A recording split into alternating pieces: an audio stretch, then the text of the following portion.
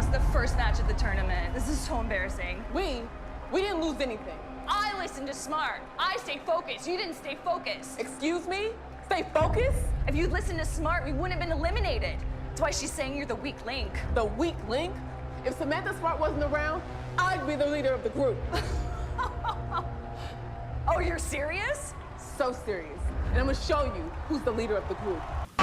You know, and we all have our 15 minutes of fame, and I'd like to take a couple of my 15 minutes to talk about the rights and the wrongs in the world of professional wrestling. And it is for the WWE Championship.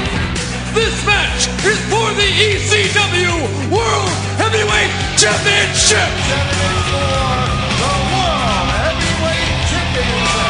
The match and new NWA Heavyweight Champion. We appreciate you guys coming out and taking your time to support women's wrestling in America. This match is for the AWA World Heavyweight Wrestling Championship. Welcome, ladies and gentlemen, and thank you for tuning in to another edition of the Rights and Wrongs of Pro Wrestling Podcast. This is your host, Mr. Green, and we got another week, more news, and a full-on review and preview for that matter. So, I mean, this quite frankly sounds like a pretty loaded show. Hopefully I can get through this in a reasonable amount of time, but we'll see as we go along. Again, you know, thank you for taking the time to tune in. I've noticed that some, shall we say, more notable names have popped up. Having heard the broadcast, now I don't know if that's been a vanity search or they just happened to come across it because of the thumbnails or whatever the case may be, but if those individuals are listening, I won't list them by name, but thank you for that. I know there are times that I can be pretty harsh for a while, and I've tried to be clear when I responded in the comments. So like, okay, I'm being nice to this episode, but don't get on me when I have to bring the thunder down on the show now, because I wish I could say differently, but it's been more often than not than I've kind of given the show crap rather than praise. So I'm glad that you enjoyed it, but you know, hey, just remember, fair is fair, and I have to kind of stick to what I've been doing. So, but thank you all the same. So before we get off into the episode review, let's go through the normal paces here and talk about some stuff that's going on in the world of women's wrestling, however big or small that may be. I won't go through everything, but just a few little notes that I found interesting. One being former WoW superstar Leah Makoa, who wrestles as, and I hope I'm pronouncing this right for you, I really do, Rika Tahaka. I believe that is how it's said. If I'm wrong, I'm sure I will be corrected. She's made her debut for the NWA, and great for her. Congratulations. This is another one of those cases of you bet on yourself and you try to go and do the things that you need to do, and it seems like that's been the case here. As we've noted, that she had not been on WoW television in months. I want to say it's been at least over what 6 months or so at this point. I mean, it's been a long time. The last time that I can recall seeing her as Leah Makoa on TV, gosh, she was in a match against, I was about to say Penelope Pink, but it's not Penelope Pink. It was Vicky Lynn McCoy. Vicky Lynn McCoy. I mean, that's a long time back. And what was that? Let me look at my papers here. Well, I had it. I was trying to go off of my memory, but that's not going to work. Okay, so the last time that we saw her in WoW was episode 36, and that's May 20th that she was last seen on the show. So Vicky Lynn McCoy put out with her kind of sit out power bomb, and that was when Lana Starr got on the microphone like, I wanted her eliminated, and that's what happened. She got eliminated, even though it wasn't that big of a hit. But that's neither here nor there. The point being is that she's continued on. She has not faltered or slowed down. I know for a fact that she was here in Georgia recently, wrestling for a promotion called Southern Honor Wrestling, and that's kind of the resident smart wrestling fan promotion here, or at least it's become that since its rival has gone away.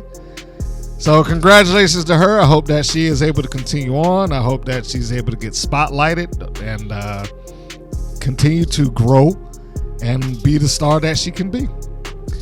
I also wanted to point out that there's an article, this is a separate topic now, there's an article that talks about the importance of Mercedes Moné and Trinity Fatu betting on themselves when they both decided to walk out of the WWE. And much like I just brought up with the former Leah McCoy, they were able to bet on themselves and continue on and show that there's a life for them outside of the company. This article is listed on the dailyddt.com. If you're interested in reading that article, I'm not going to go through the entire thing, but the basic gist of this being, it's a recap on the reasons why they left the WWE in the first place. When I read it, I don't recall, them talking about how the WWE kind of pointed out, they turned your back on you fans and this, that, and the other. But it was still kind of listed within the article, the importance that they had in showing, and I would say this applies to almost everybody that leaves the WWE. Them leaving and showing that they can continue on without missing a beat, for lack of a better term. There was a point in time that the WWE controlled so much of the industry that when people got let go of the company, they publicly said that, I'm retiring, I'm done, I lost my dream job. I mean, that happened like 2 or 3 times that I can remember. Well, they were just like, and this is the ones that said it publicly. There's other people who just stopped. Ryback, he hadn't wrestled again. I mean, I think he made a couple of appearances, but he basically stopped. Once WWE cut him loose, that was it. Leo Rush, he made an announcement that he was retiring. Rich Swann made the announcement that he was retiring. Now, 2 of the 3 that I just mentioned came back, but you get the point that I'm saying. They were so devastated by, losing that job and what is the highest wrestling promotion in the land that they didn't want to do anything else. I was concerned more for Trinity Fatu rather than Mercedes. I thought that she would continue on because she always struck me as, she was a wrestling fan. She wanted to wrestle and she was going to be a big name. She had been positioned very highly in the company when she was wrestling for the WWE. So her getting match offers and whatnot was not going to be a big thing. Trinity was a different story. She didn't have that kind of cachet underneath her wrestling resume. So when she showed up and she went to Impact, now TNA again, she, in my world, had something to prove. And she did. She went out there and proved it. She had some great matches with a lot of different talent. And as I said previously in another podcast, she looked like she was having a really good time. The question then became, as we came closer towards present day, will she stay? And all avenues point towards her leaving. And I'm not going to go into spoilers because I did read some of the taping spoilers. It is still unclear whether she's going to pop back in. The ideas that she made show up at the Royal Rumble, who knows? Nothing has been confirmed. The people that start talking about she's got one foot out the door of TNA have basically I want to say recanted the statement, but they have started saying it's unclear at this point.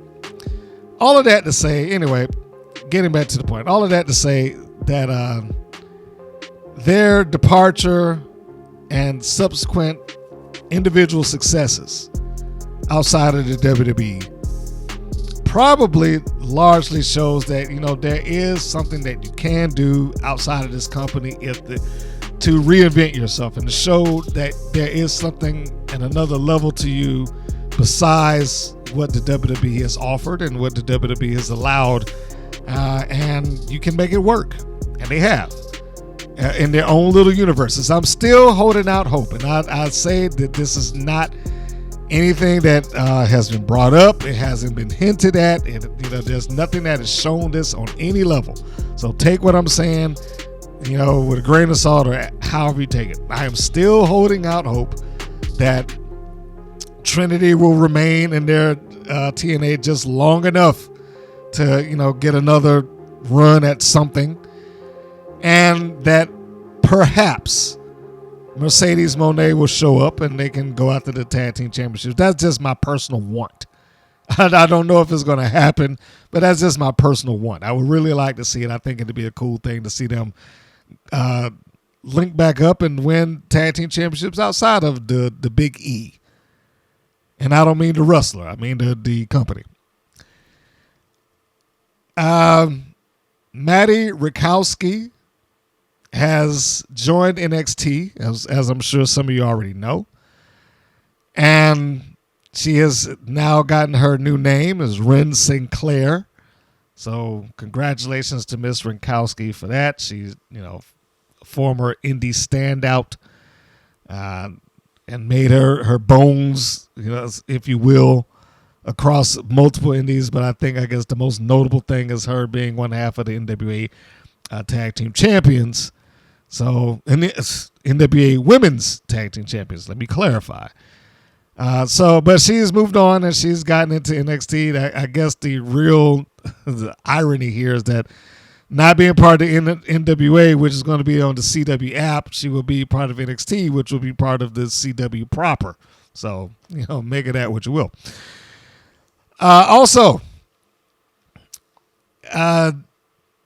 we have talked about, or we have seen the return of TNA Wrestling, as they have rebranded themselves or rebranded themselves, or if you're looking at all of the times that it changed, it would be rebranding themselves.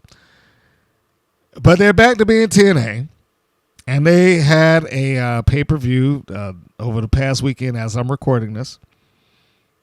Hard to Kill. That was the official return of the TNA brand and logos, and they introduced the belts on their social media, but this is the first time those belts appeared in a pay-per-view environment, and those are some beautiful belts. They are just absolutely beautiful. Bravo to whoever the belt maker was here. They didn't copy anybody. I mean, they had their own little flavor and style. It's just fantastic. And not for nothing, just to veer off for a second, I will say I was not really embracing the return to being TNA again. I just felt like they were doing that, kind of walking backwards, so to speak. I thought that the whole point of them changing the TNA title or the TNA name was because it was hard to sell sponsorships and whatnot without having to constantly explain that this is not the TNA that you think it is. But anyway, that said, I have to admit they did a fantastic job of the relaunch. I have to admit that show, for the little bit that I saw, was fun. It's past now. I know everybody that's won that at the show, and I legitimately want to buy that show just to have it. If this was still the era of DVDs, I would have bought it.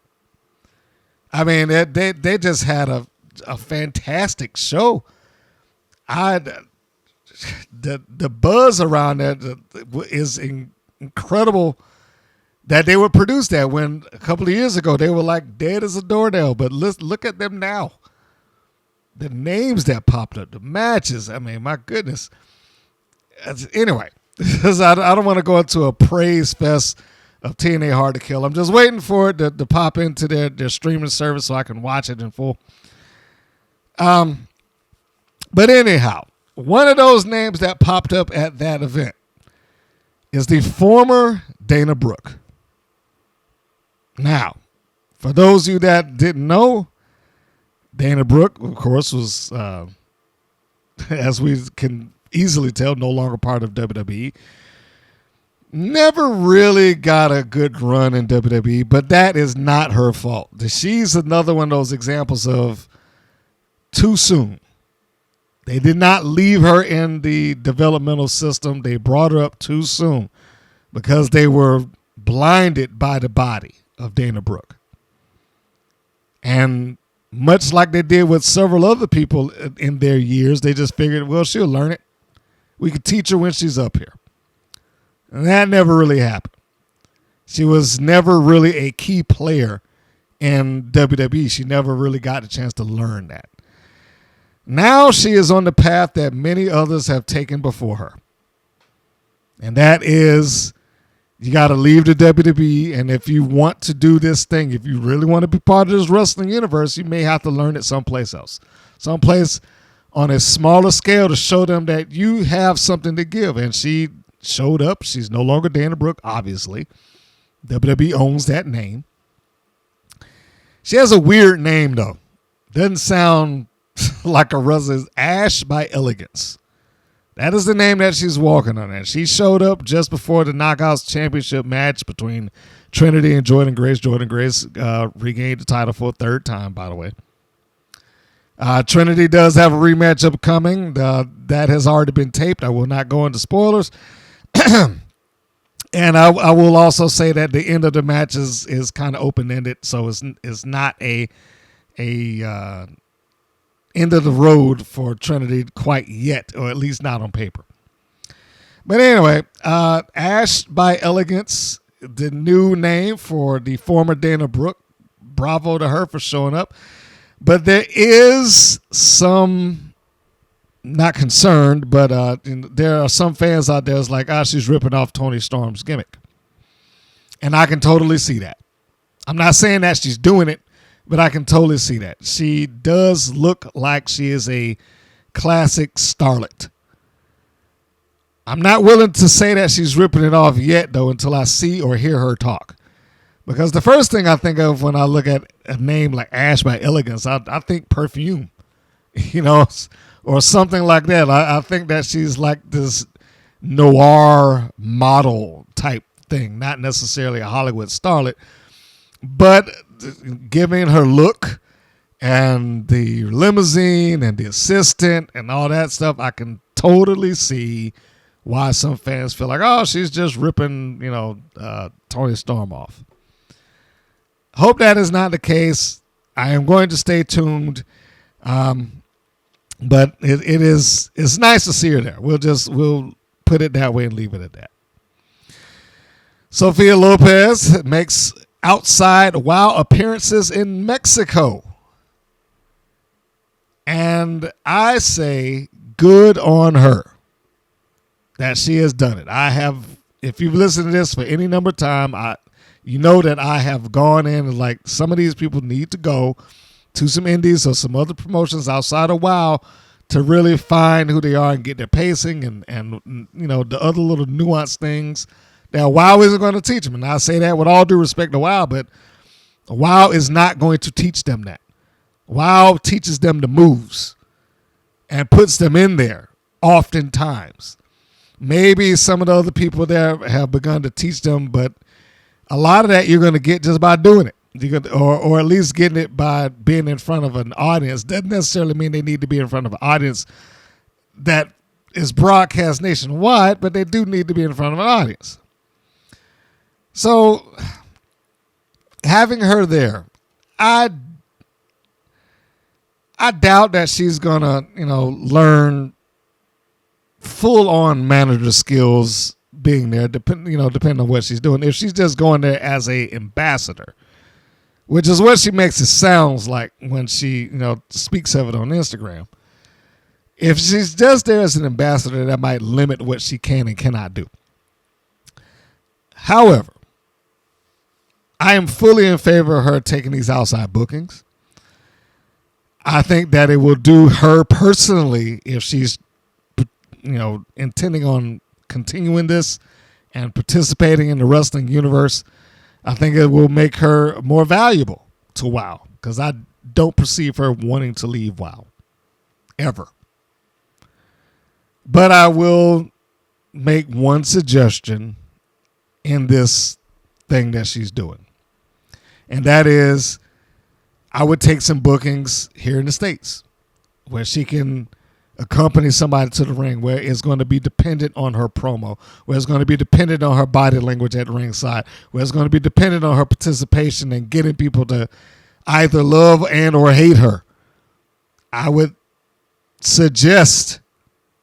only suggest that she take a few of those. Not every little independent that's in the world, no. But some of the trusted ones, there's enough people in that company that she can talk to and ask that is like, hey, what do you know about this place or this independent or this company? There's enough people there that she could probably get that information from. But the end result is that her appearing outside of WoW, thumbs up for that. It's certainly not hurting the company. I'm sure this is in Mexico, so it's not going to damage the company by her appearing somewhere. But I really think that she should probably pop up in some independent across the U.S. as well, because the styles are different, the perception is different, and if she was going to try to get something out of it, it would probably be better done or better suited if she did it that way. If she went and learned from some high caliber independent, some promoter that can take her and say, hey, why don't you try this, or you should do this, or add this to your arsenal, or whatever the case may be. I think those things really help. As it stands right now, Lana Starr has surpassed her in terms of being the manager of choice in WoW. If you'd have asked me before WoW began this reboot, if you will, if you'd have asked me who was the top manager in the company before then, I'd have told you hands down it was Sophia Lopez.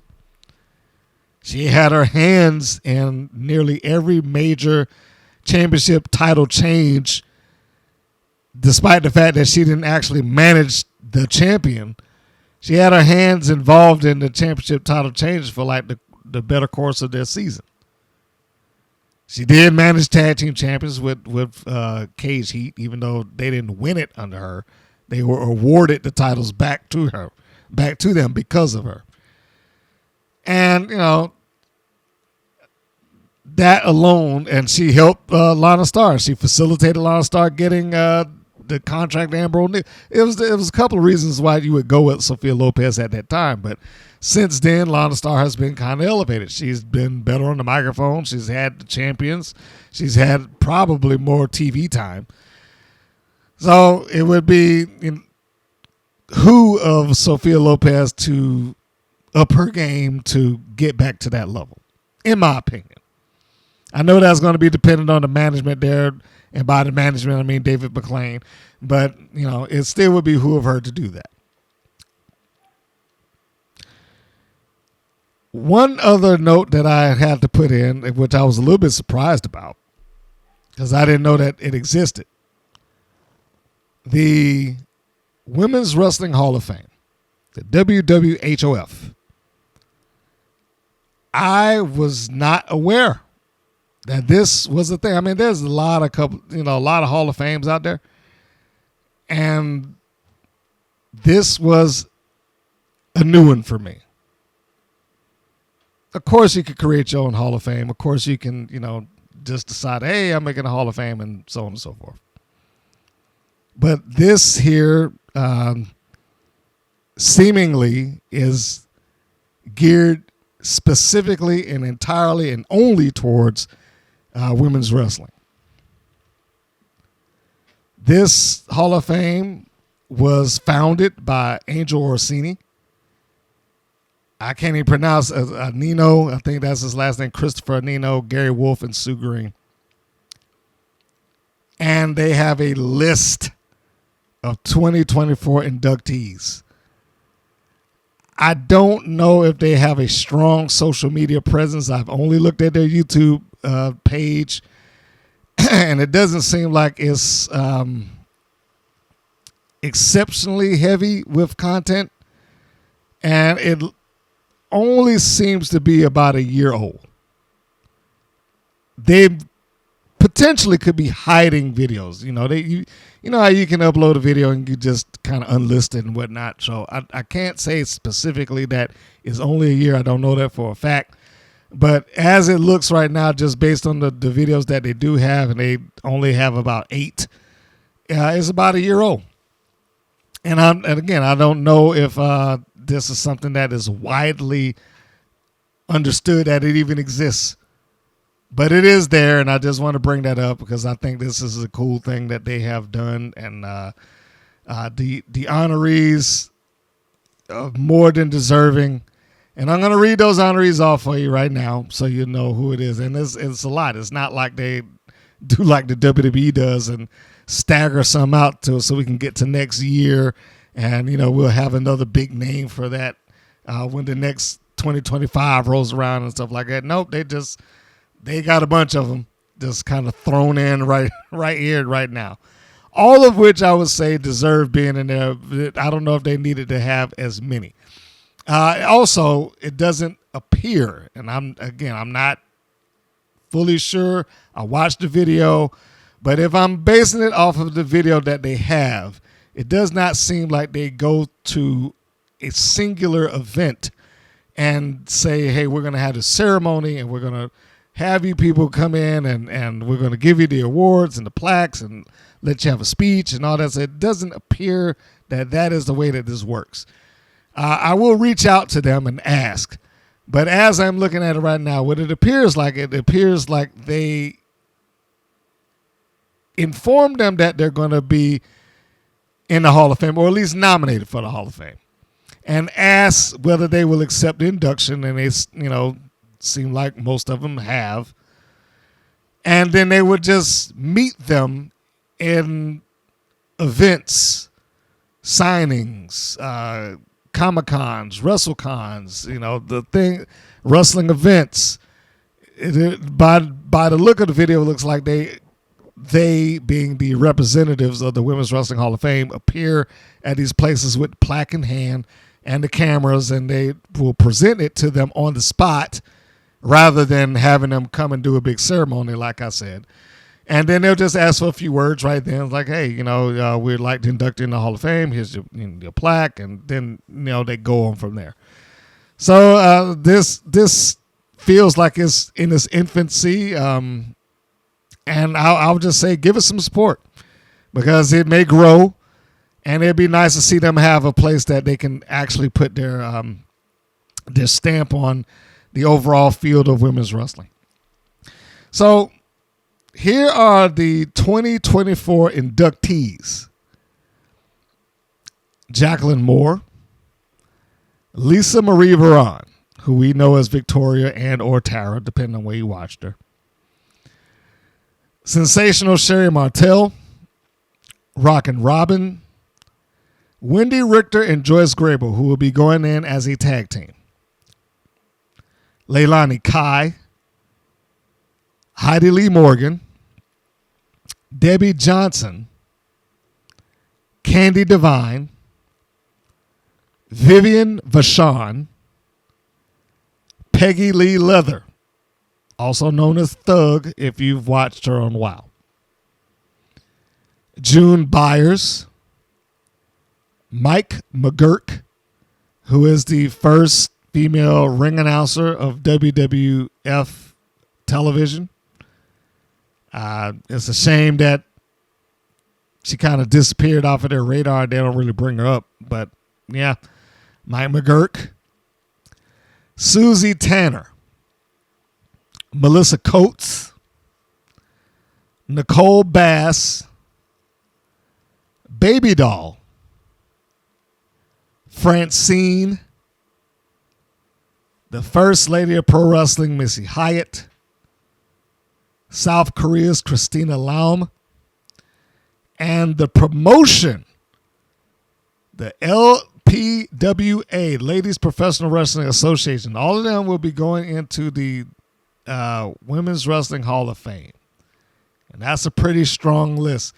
I mean, now granted, I'm sure somebody is going to be listening to that and say, now wait a minute, why is so-and-so in there? I'm not going to, go picking out who I think didn't belong. But listen, most of these people here have given some sort of effort to the wrestling business, good, bad, or indifferent. And they have not, they being the Women's Wrestling Hall of Fame, have not unveiled some list that says this is the criteria behind you getting in there. A lot of the ladies that I mentioned either were first in their given genre or field or what have you, have performed for a long period of time, won championships, or had a large presence within the wrestling industry. I think that accounts for something too.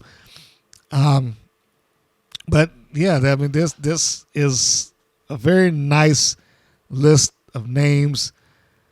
I will repeat that I will reach out and try to see where this is going, or if there's any criteria, what have you. And that's not even all of it.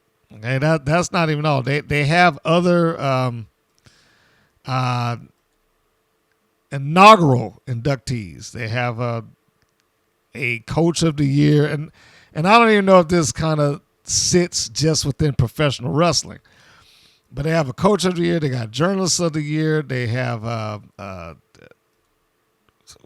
tag team of the year, pride wrestler of the year. I mean, there's a couple of the most improved, the historian award, pro wrestler of the year, commentator of the year, and those things that I'm naming are not necessarily just centered towards female. The commentator of the year that they have, excuse me, is Nigel Zane.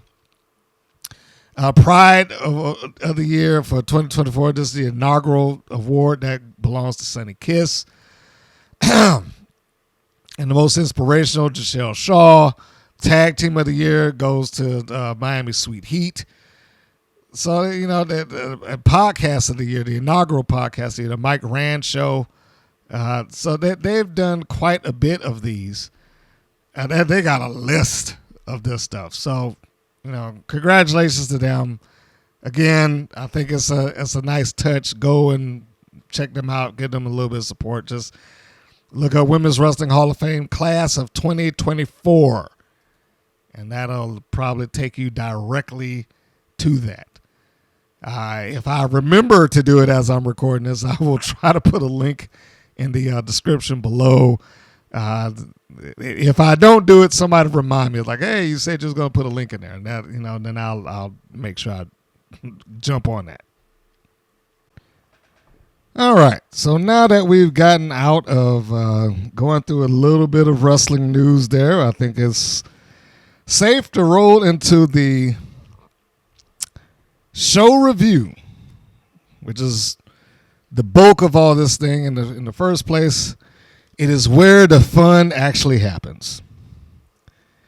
This episode in review is Wild Trio's Tournament Turmoil. Episode 70 for me, for chronological purposes. For seasonal TV purposes, this will be 218. So, the show begins with his first segment, which goes right into a match. I'm never really upset about that, I have to admit.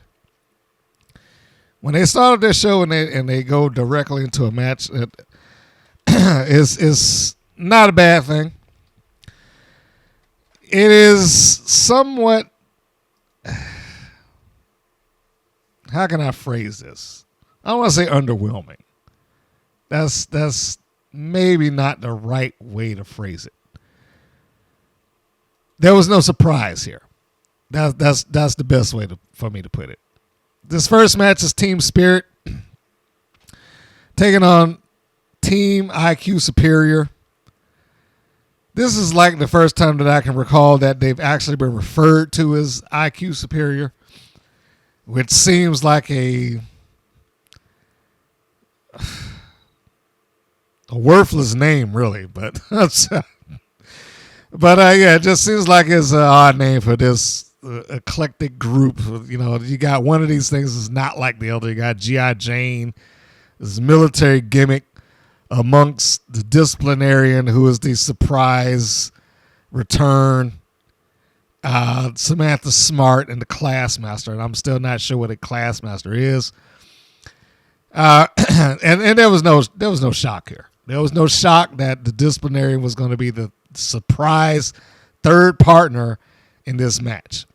They did bring it up, and they did, oh yeah, it's the disciplinarian. She's back, and she's got a different outfit. She's not in her basic blue and white anymore. She's black and gray and white. So it is the team that I just mentioned taking on the female version of the Three Stooges, and Coach Campanelli and Ariel Sky and what was her name? Pep Riley. Patty Pizzazz was about to come to my name for some reason, but that's an old name from way back. So anyway, this is, I guess, officially the first match in the Trios tournament. It doesn't feel like it is a big deal at all. They didn't do anything wrong. Lauren Hunkel had the trophy next to her. She talked it up, and they talked it up on commentary. Hey, it's the Trios tournament, and whoever wins will get this trophy and all that good stuff. But that it didn't feel like a big deal. It just didn't. I don't know what else to say. It didn't feel like a big deal, especially when I was faced with watching these two teams. There wasn't a doubt in my mind that Team Spirit was going to go over here. It just wasn't a doubt. It didn't come off like this was some sort of big surprise or, ooh, I wonder who's going to win. None of that happened. This is like having a top, the number one seed face somebody who's at the bottom of the ranks. Can the bottom of the ranked team win? Sure, but it is an absolute long shot. And that's what I felt like for IQ Superior. Like they'd lose all the time. This is an absolute long shot for me to think that they had a chance in hell of winning. The team of IQ Superior physically larger than Team Spirit. Outside of that, I think it's safe to say that Team Spirit is one of the favorites that WoW has. They utilize them all the time. And more often than not, they come across as the winners. This is also the first time that we get to see Pep Riley take part in the ring. And having seen her in the ring now, we can really, really, really see how small this woman is. She just is a tiny little thing. I don't really know what to say about this because I just said it. There was no real surprise here. There was no shock about who won. It was nothing to look at this and be like, I wonder who's going to come out on top. They did have some nice spots in the match, but they also had some flub-ups in the match. So, where are we going to go with this? I can't really say it's a bad match, but I also can't say that it's a great one or a good one either. It did enough to get by. It was a nice bit of content for an hour-long show. It started off with Pep Riley going face-to-face or face-to-chest with the Classmaster. Classmaster shows her down easily. I think it's safe to say that Classmaster is one of the taller women that's on this program, but she's also, record-wise, one of the most worthless. And we'll talk about that a little bit later on. So Riley gets in. She stands up to her, looking at her in her chest or trying to look at her in the eye. Classmaster shows her down. She immediately makes a tag out to Ariel Sky. Ariel Sky comes in, pretty much does the same thing. Process repeats. Gets shoved down. So with them both shoved down, then Riley gets tagged back in, and they both go after the Classmaster. And I'm going to take a moment here to talk about this referee before I continue on with the actual match. I don't know who this guy is that's the referee for this particular match. Looks like a fairly young fella. But he could probably use a little bit more ref training. I know that's not something that is a big deal to a lot of people, but he could probably use a little bit more ref training. He always seems to me like his job is just to stand around and wave his arms and say, "Hey, don't do that. It will stop." And he doesn't come off as efficient at all. What are you guys doing? No, hey, no. It's always that, but he doesn't present with any sort of authority to what he's doing. He's just there. And he had two of these women come into the ring to attack the Classmaster, and all he did was kind of like, "Hey, guys, stop waving," waving his arms. There is something to being a referee that's a little bit more than that. As it's been said, there are 2 wrestlers in the ring, but 3 people are working. And that's in a normal one-on-one match. In this case, there are 6 wrestlers in the ring, theoretically, but there's 7 people working. He's working too. And if you can't get the referee to provide some level of law and order, even in this fictional environment, it does make it hard to present the heels as having broken rules when you just stand there and, "Hey, what? No, don't do that." And that's pretty much all he did. It's just like, "No, hey, stop." And it doesn't even look like he's making effort to get them out. He doesn't look like he's yelling at them or trying to give any sort of pronounced authority. It's just there. That's all there is to it. He probably needs to give that a little bit more effort. Practice that a bit more. I mean, that's just me. Pep Riley is going to fall into the same category. You probably need a little bit more seasoning there. Now, why do I say that? Because when she stepped into the ring here, there were, in my mind, 2 visible mess-ups. The first one came when she got back in with G.I. Jane. G.I. Jane tags in after the illegal double team by Riley and Ariel Sky, and the referee kind of standing around and waving his arms and, "Hey, guys, stop it." So she gets into the ring. Jane does. Riley still looks small. She still looks tiny. How she's even in this is beyond me. But anyway, Jane tosses her runs her into the turnbuckle in the corner. And the exchange here is kind of awkward. If you go back and you watch this, like Jane rushes in. It's like Riley's waiting on something, but we don't know what. And then she just goes around. And Jane's like, "Okay, what are you going to do?" And the only thing that saves the next sequence is that Jane's look on her face is like, "What's happening here?" She looks legitimately surprised when Pep Riley comes in with a cartwheel. The cartwheel comes in with a back, I can't even say elbow. It was like a back splash and then an elbow. And she being Pep Riley, grabs a headlock on G.I. Jane. But she's grabbing this headlock facing away from the turnbuckle. So if you didn't see it, just kind of picture this in your mind. Jane is in the turnbuckles. Okay? Pep Riley got her back to G.I. Jane. She grabs the headlock. And apparently this was supposed to be like a springboard headlock, much like a Stratisfaction. But she's in the wrong position for this. So she gets it, and now G.I. Jane has to turn her around so that Pep Riley can kick off of the top turnbuckle and then get the move in. Jane is clearly providing her the means to do the move that she has to do to her.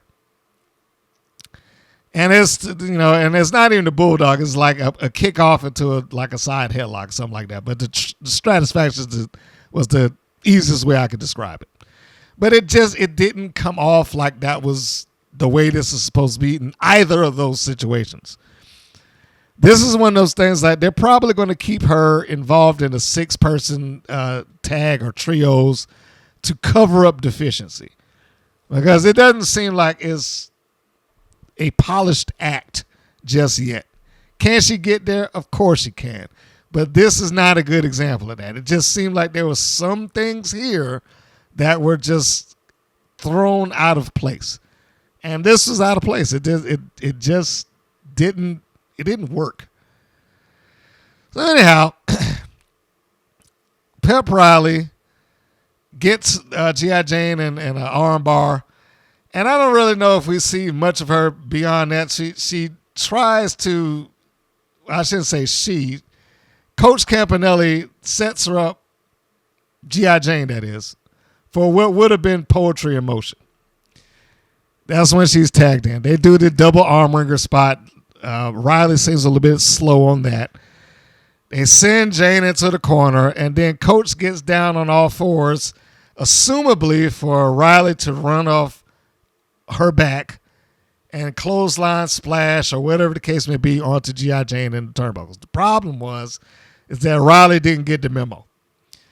And when G.I. Jane is in the corner and Campanelli gets on all fours and she's, setting Riley up, Riley is already on the other side getting ready to exit the ring. And so Coach Campanelli has to get up and, do what she has to do. It's clear miscommunications in this point. Now, that's not going to necessarily make Pep Riley a bad wrestler. But what it is going to do is illustrate the fact that she probably does not need to be here.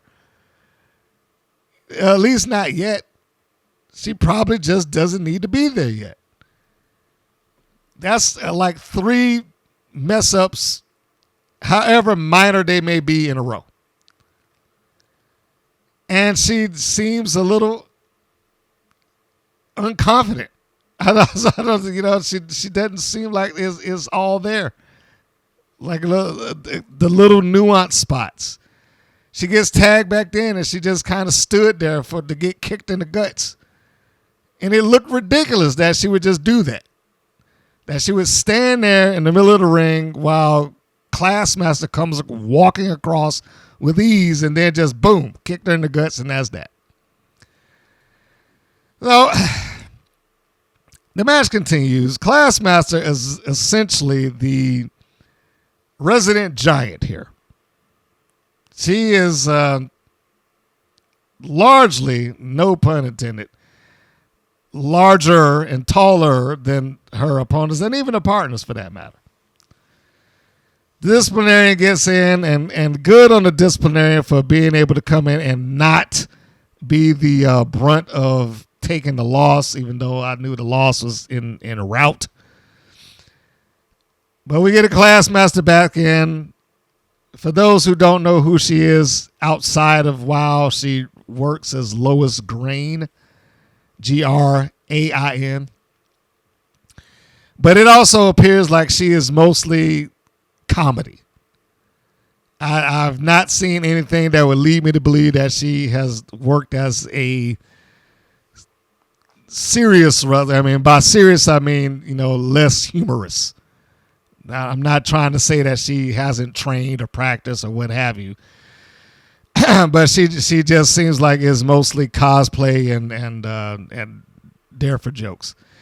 At one point in the match, she does a very impressive backbreaker. She does an impressive snake eyes on Pep Riley. And having someone the size of a Pep Riley for a Classmaster only makes her look that much more impressive. Which makes me question Why is she losing so much? But anyhow, and I mean that pretty much told you how this is going to finish. But let's get to the actual end here. So they have their points where disciplinarian gets some shots in. She gets a nice delayed gourd buster, and at some point after she does that gourd buster, she decides that no, I don't want to pin her yet. I doesn't really make a lot of sense that she would do that considering their record and what they're trying to do, but it is what it is. The match comes to its conclusion. Well, I need to point one other thing out because, I want to make sure that Samantha Smart gets her due as well, even though she might have been a little bit off in timing. Ariel Sky at some point makes her way into the ring, and she is in there with disciplinarian. She gets a sliced bread number 2 out of the corner and goes for the cover on the disciplinarian. Samantha Smart comes over and gets the disciplinarian's foot on the bottom ropes. And, of course, referee's like, hey, yo, like he almost turned around a little bit too fast for Samantha Smart to get away with it. Fortunately, she had just finished and got the foot up, so she didn't have to, so they didn't have to try to fake it any further than what they've been doing. So this match comes down to what was a miscommunication spot. The disciplinarian tags in G.I. Jane. Jane comes in, and she hooks the coach into a full Nelson. Classmaster tags herself in, and she is going to boot Campanelli in the face. Keep in mind that Jane is holding her in the full Nelson, and she's holding her on the ropes. And she's already got her left foot on the bottom rope, so I'm like, all right, I know where this is going. Before she even comes back, her foot is on this bottom rope, and she's getting ready to push off. So she takes the boot to the face as the classmaster comes across with a full head of steam, kicks her, puts her over the top. Campanelli rolls her up in a beautiful roll-up. I have to give her that. The disciplinarian is looking down at G.I. Jane like, hey, what's going on with you? Are you okay? And I know some people will look at that like, well, why would she turn her attention? I think that is the best way that she could justify not having jumped into the ring. Seeing her teammate go down, she takes the kick. She got the instinct is like, hey, are you all right? And she looks at her, but oh, crap, she's about to get pinned. And by the time she notices that, it's too late. So, I mean, that was a subtle thing. I think that was the best thing that they could do to try to salvage the end of that. And they did. Classmaster takes her, third or fourth pin in a row, and Team Spirit wins and they advance. Now, what the advancement here is going to be, I don't know because, Wild never releases brackets. It tells who's in what. They'll just kind of appear as they appear. But Team Spirit gets the win. Pep Riley gets her debut match without loss, mind you. And so we have to give her that. But they are moving forward. And then the coach cuts a promo after the match, reintroducing Pep Riley. And, of course, the whole of Team Spirit. I don't want to say that excuse me, Team Spirit was a bad idea or that Coach Campanelli is projecting in the wrong persona.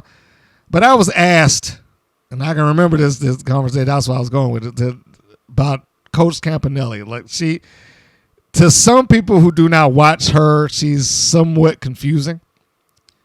The confusion there being is that she is fairly condescending to her teammates.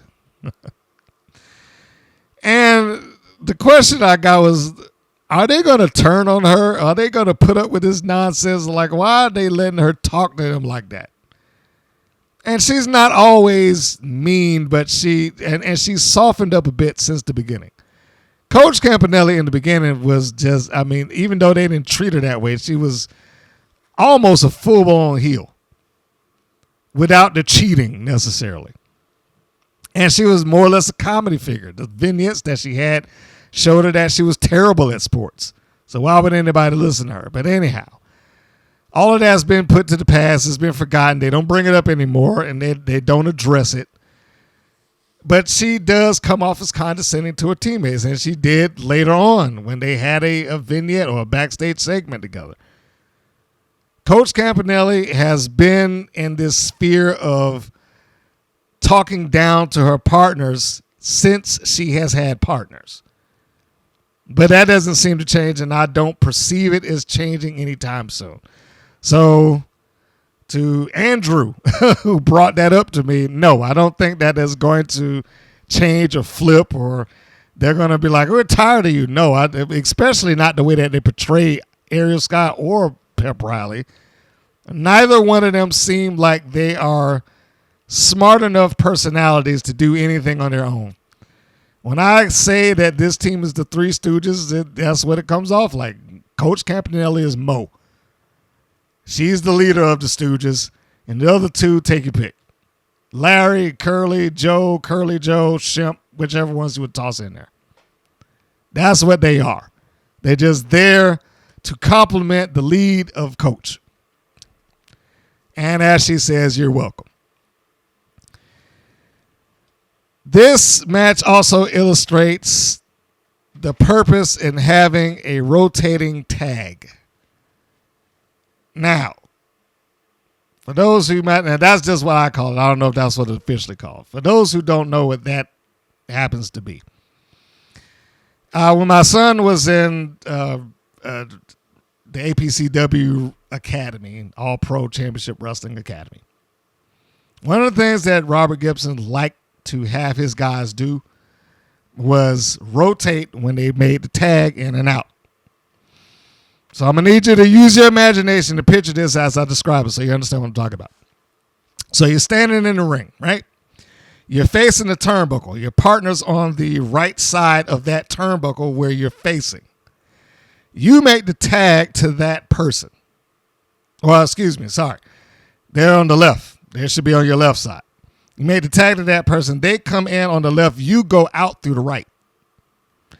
And you would rotate towards the left, so by the time they get back to you, you're in position to continue that process without getting in each other's way. That was just a small thing that he liked to get them to do. Is like, move so that you don't cause conflict when you're getting in and out of the ring and getting in each other's way when you're trying to pass through the ropes. The reason I say that, because there's a couple of times in the show and in this match where the tag and the getting in and out seemed a little awkward. And it struck me like the light bulb went off as I was watching this, because in a 6-person, it makes absolute sense what he was saying. Because if they had done that, it would have taken away from some of it. Again, you're facing the ropes. You got your two partners. If you tag off to the left and that person comes in while you head to the right and the other one, it rotates over to the left, you are always keeping the circle in motion and not getting in each other's way, or this person's coming out and I'm kind of here and they're there. It makes it a little bit smoother rather than clunky and awkward. Now, again, that's not me saying that. That's from somebody whose career was built on tag team wrestling. So I think he was probably just doing that just to make it easier for him and whoever he might be tagging with along the lines. Because it was very rarely did you see them kind of, oops, my bad, get out the way. You didn't see any of that. They had a system down. It's a small thing, but it's an important thing. And I think stuff like that could be useful in cases when you're dealing with multi-person matches, especially in WoW, because you got a lot of people who are not fully experienced. There are times in that match, if you go back in there, that they're tagging in and out, and it does come off as a little bit awkward when they're doing it. Not necessarily that they're, trying to, get out my way, but it does come off just slightly awkward. The next segment is a recap of the main event feud. This the All-American Girls versus Grits and Glam. I don't know if they really go by that name these days, but for the purposes of this, I will call it. The editors did a nice job, as they always tend to do. They do deliver the goods when they're trying to edit a show to, I shouldn't say a show, a segment to try to make it bigger than what it possibly would have been on its own, which is the point of the editing. That's what they're there for. They're just to put the shine on the angle, because sometimes these angles really need to shine. The next segment is Santana Garrett and Americana. They're having a backstage talk. This is fine. I didn't really have a problem with it. But I'll be honest with you. I really didn't pay all that much attention to what they were talking about. I could not take my eyes off of Americana and how she looked like just this kind of warped mirror version of Santana Garrett. I just couldn't do it. I tried to pay attention. I tried my best to pay attention to this. But when I looked at her on screen standing right there in front of Santana Garrett, I was like, this is like a bizarro version of her that she's talking to. And I could not get my mind out of that. Like, I'm looking at them, and she's got essentially the same hairdo, a similar outfit. The jacket's similar. The color scheme is pretty much the same. And all I know is that hey, we're going to go out there and win. So I can't give you a review on the segment verbally. I can only give you a review on the segment and how it looks. So like I said, I could not get my mind out of seeing her just looking like Santana Garrett, the Wish version. But whatever. But I will also say that I did write this down. Like I still don't know who's doing the set design here, because this is so stupid. The set here is so stupid. Why would you have curtains over top of lockers? For what? Why are you trying to dress up the lockers with glittery purple curtains?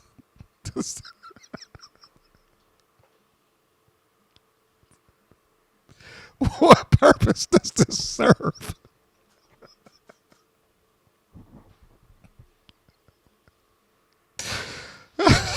I'm sorry.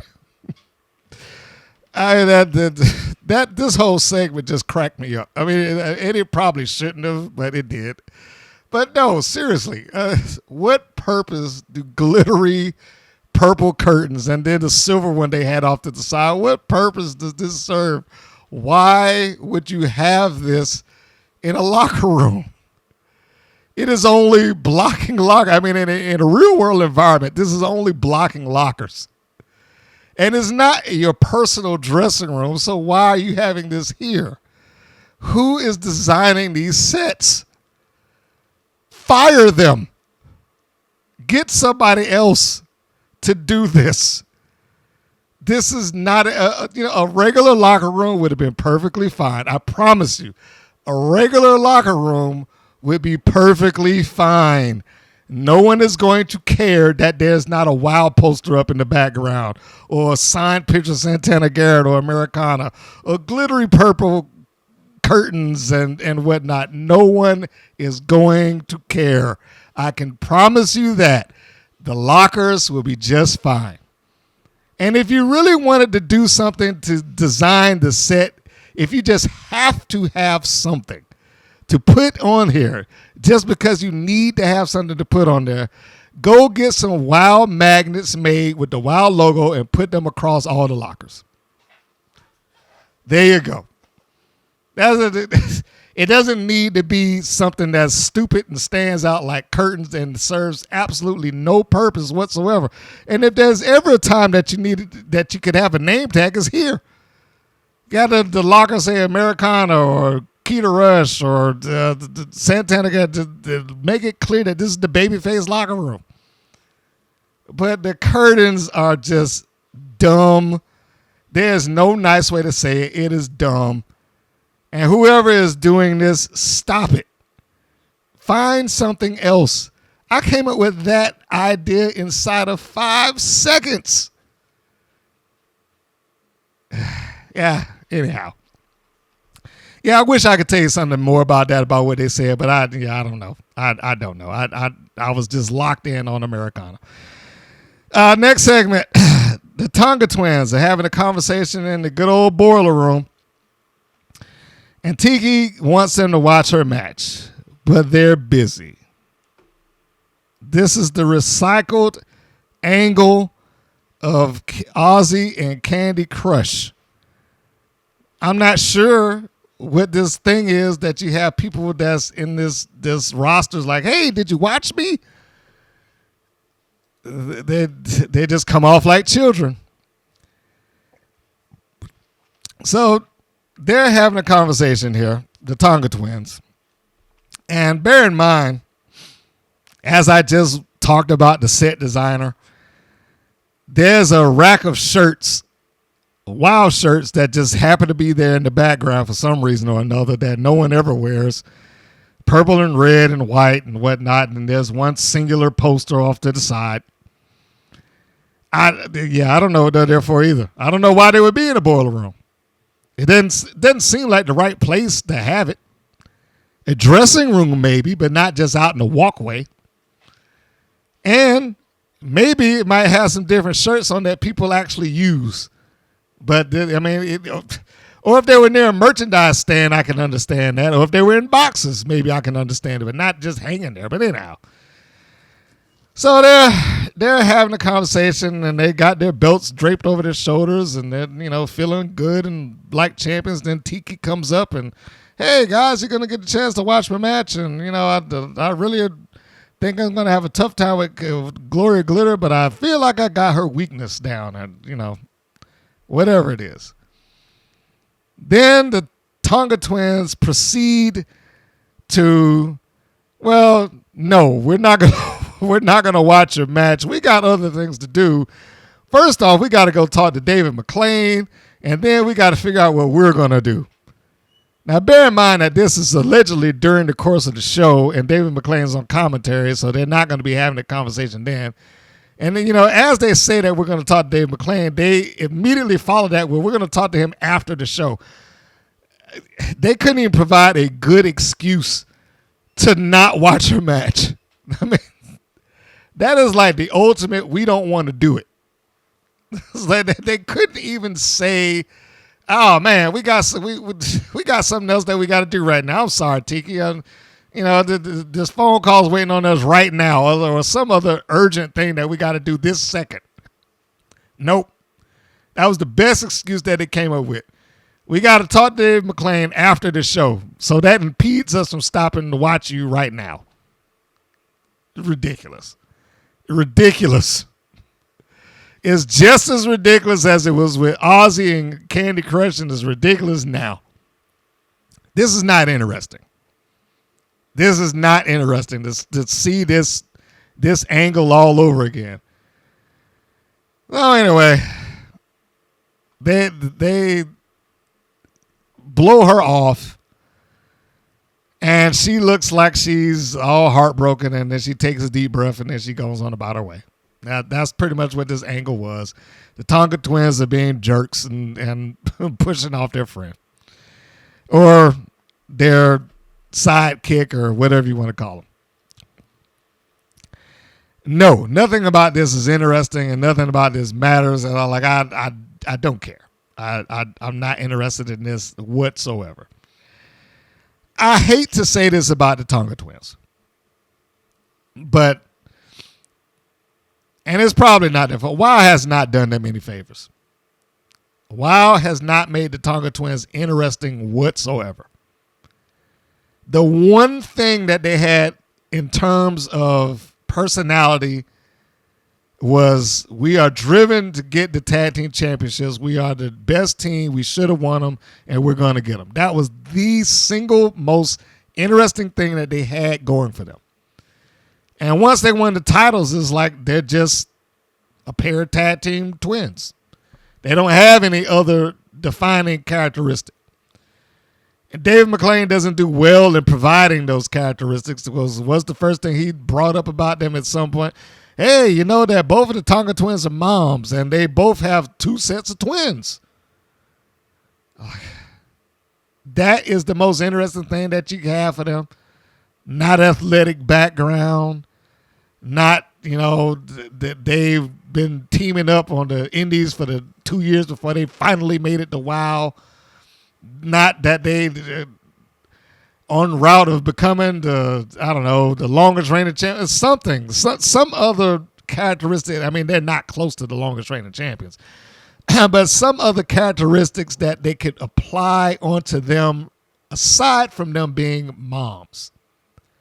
I mean, I get it. It is an admirable thing that they have some mothers who are there wrestling, but that's what I said about Americana when they kept carrying on about her and Levi. Like, what she is doing is not unique to the wrestling business. There are many women out there who are moms and continue to wrestle. This is not something new because Americana's doing it. And it's not new with the Tonga Twins. The Tonga Twins don't have a personality. Not on this show. And the one time that they had a chance to help illustrate their personality, they shot it down. Ladies and gentlemen, we have an interview with the Tonga Twins. They spent most of that episode advertising that. They get to it. It's a video package and them speaking for 30 seconds and it's over with. Nothing pertinent, nothing important, nothing of note. They're just, we're the Tonga Twins. We're the tag team champions and we're going to continue to be. And it's over. That's pretty much what it came down to. They are not where they should be. I'll phrase it that way. WOW should do something else to try to make them important and feel like they have more dimension to them rather than we're the Tonga Twins and we wrestle. Everybody's that. Everybody on the WOW is that. And if you look past the paper-thin characters that's tossed on everybody, then you pretty much got nothing. Because no one talks about anything. Now they've just started, and some other people will speak and provide some layers to themselves, and the Tonga Twins are not one of them. This is an angle for kids, much like I said that Princess Ozzy and Candy Crush was an angle for kids. And that didn't go anywhere either. I mean, they picked it up for a second, then it just kind of dropped back off. And watch, next week the next episode, they'll bring it up out the blue. Who knows? So anyhow, they blow off Tiki Charmorro. And we go into the next segment. The next segment actually being the match. And this is Tiki Charmorro facing Gloria Glitter. And I will have to come back and give applause to Nigel again because he offered logic to the Tiki angle. It's the same thing that I said about Candy Crush. So like, why is this a big deal for Candy Crush and Princess Ozzy? Why is it so important that she watch this match now when we already know that this is a TV show and she can look at it at any time? If it's just a matter of, can you watch it and give me some pointers? Nigel pretty much said that. Maybe they'll see it on TV. And I popped for that. I legitimately popped for that. The fact that he said it. I was like, good on Nigel for saying something that made some sense. Maybe they'll see it on TV. Why does he? I mean, he didn't go into full on like, why does she have to see it now? But he did offer logic to this situation. They're still giving, the idea of them being blown or Tiki being blown off, but it does give something. So where it's not just, oh yeah, we're done with you, and oh, how dare they blow it? It's not just that. Him giving that one line gave an extra layer to this entire angle, in an angle that is super duper childish. With that, you're able to say, okay, the Tonga Twins not only didn't want to see you live, but if they follow up with what he said, I don't even want to see you on TV or on YouTube. That will give something extra, because then you're like, okay, you're not even attempting to watch me now when I thought you were my friend. That could give it something more, and that could make it work, possibly. But if they just leave it as it's been, the way that it was with the previous version of this angle, then it's pointless. This match, Gloria Glitter and Tiki Charmorro, I will say, is probably the best match that Tiki Charmorro has had. I'm sure that's in no small part to Gloria Glitter or Delilah Doom, depending on where you are. But it's easily the best match that I've seen Charmorro in. It is a competitive match. Clear babyface, clear heel. Reason I bring that up is because it's going to come up later. Glitter is very good at what she does, even in the persona of Gloria Glitter, this workout freak who's locked in the 80s apparently. There's a portion of the match where she does a rollout of the wrist lock that Charmorro does, and she's like doing a couple of different rolls there, gets right back up, and she puts her finger on her neck. That's her thing. She's constantly checking her pulse and her pulse rate. And she's really good. She is really good at this. There's another point that I thought was entertaining where she gets the wrist lock on Charmorro, and then she makes Tiki check her pulse on the neck. I was like, Gloria Glitter is really good at what she does. It's a shame that she just more or less locked into these pointless matches. As good as the match is, I mean, the match was entertaining. At least I felt like it was entertaining. As entertaining as it is still a cold match. It's not doing anything. It's not for any angle. It's not for a title. It's not for number one contendership. It's not for anything. It's just a match. It's just a match that's there. But she managed. Well, it takes two to tango. So let me correct that.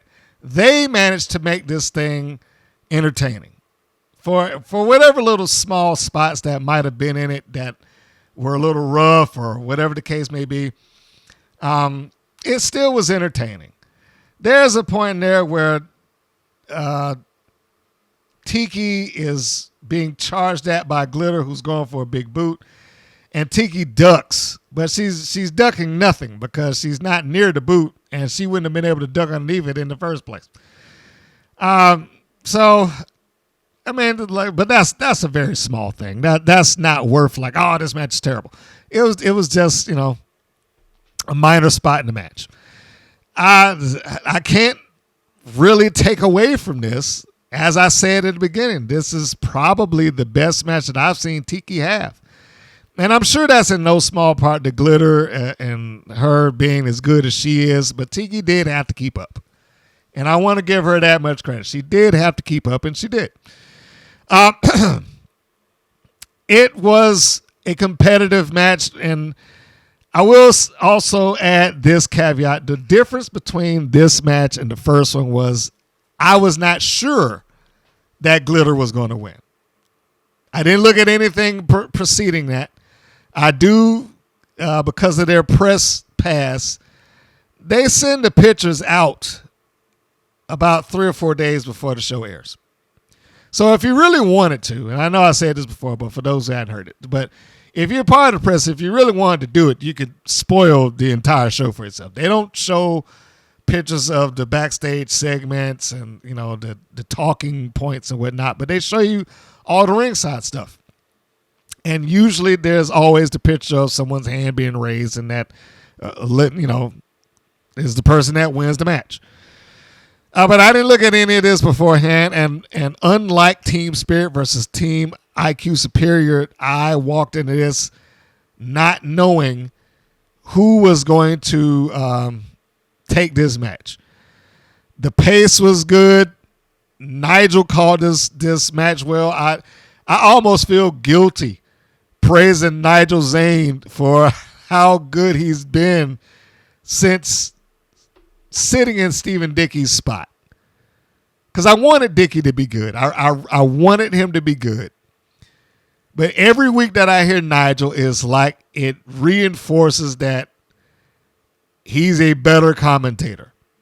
And it's not a competition, but he's a better commentator than this. He just delivers so much better. And even though he is still giving the wild narrative, he doesn't feel like he is just a shadow to David McClain and his opinions.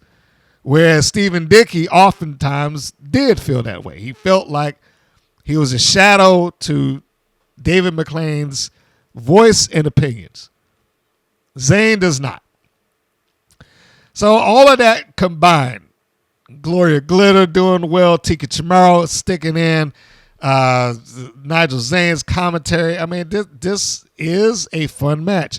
There was a rough spot there when Chamorro went for a sunset flip.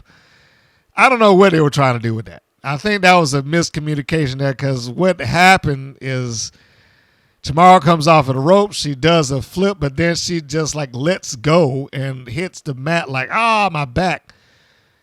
So I don't know if she was supposed to be taking a backdrop and she just reacted anyway. I don't know if it was supposed to be, well, I lost my grip and I hurt myself.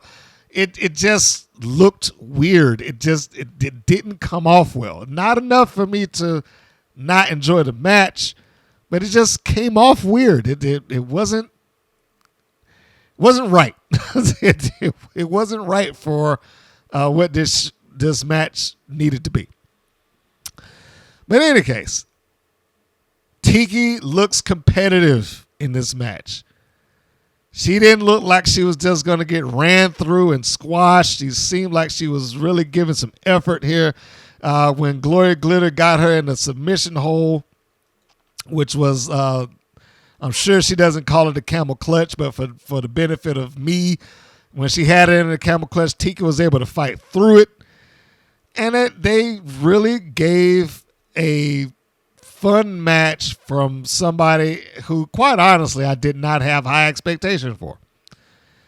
And it probably helps that Glitter is roughly the same height and size and build as Tiki Charmorro. It did make it present a little better.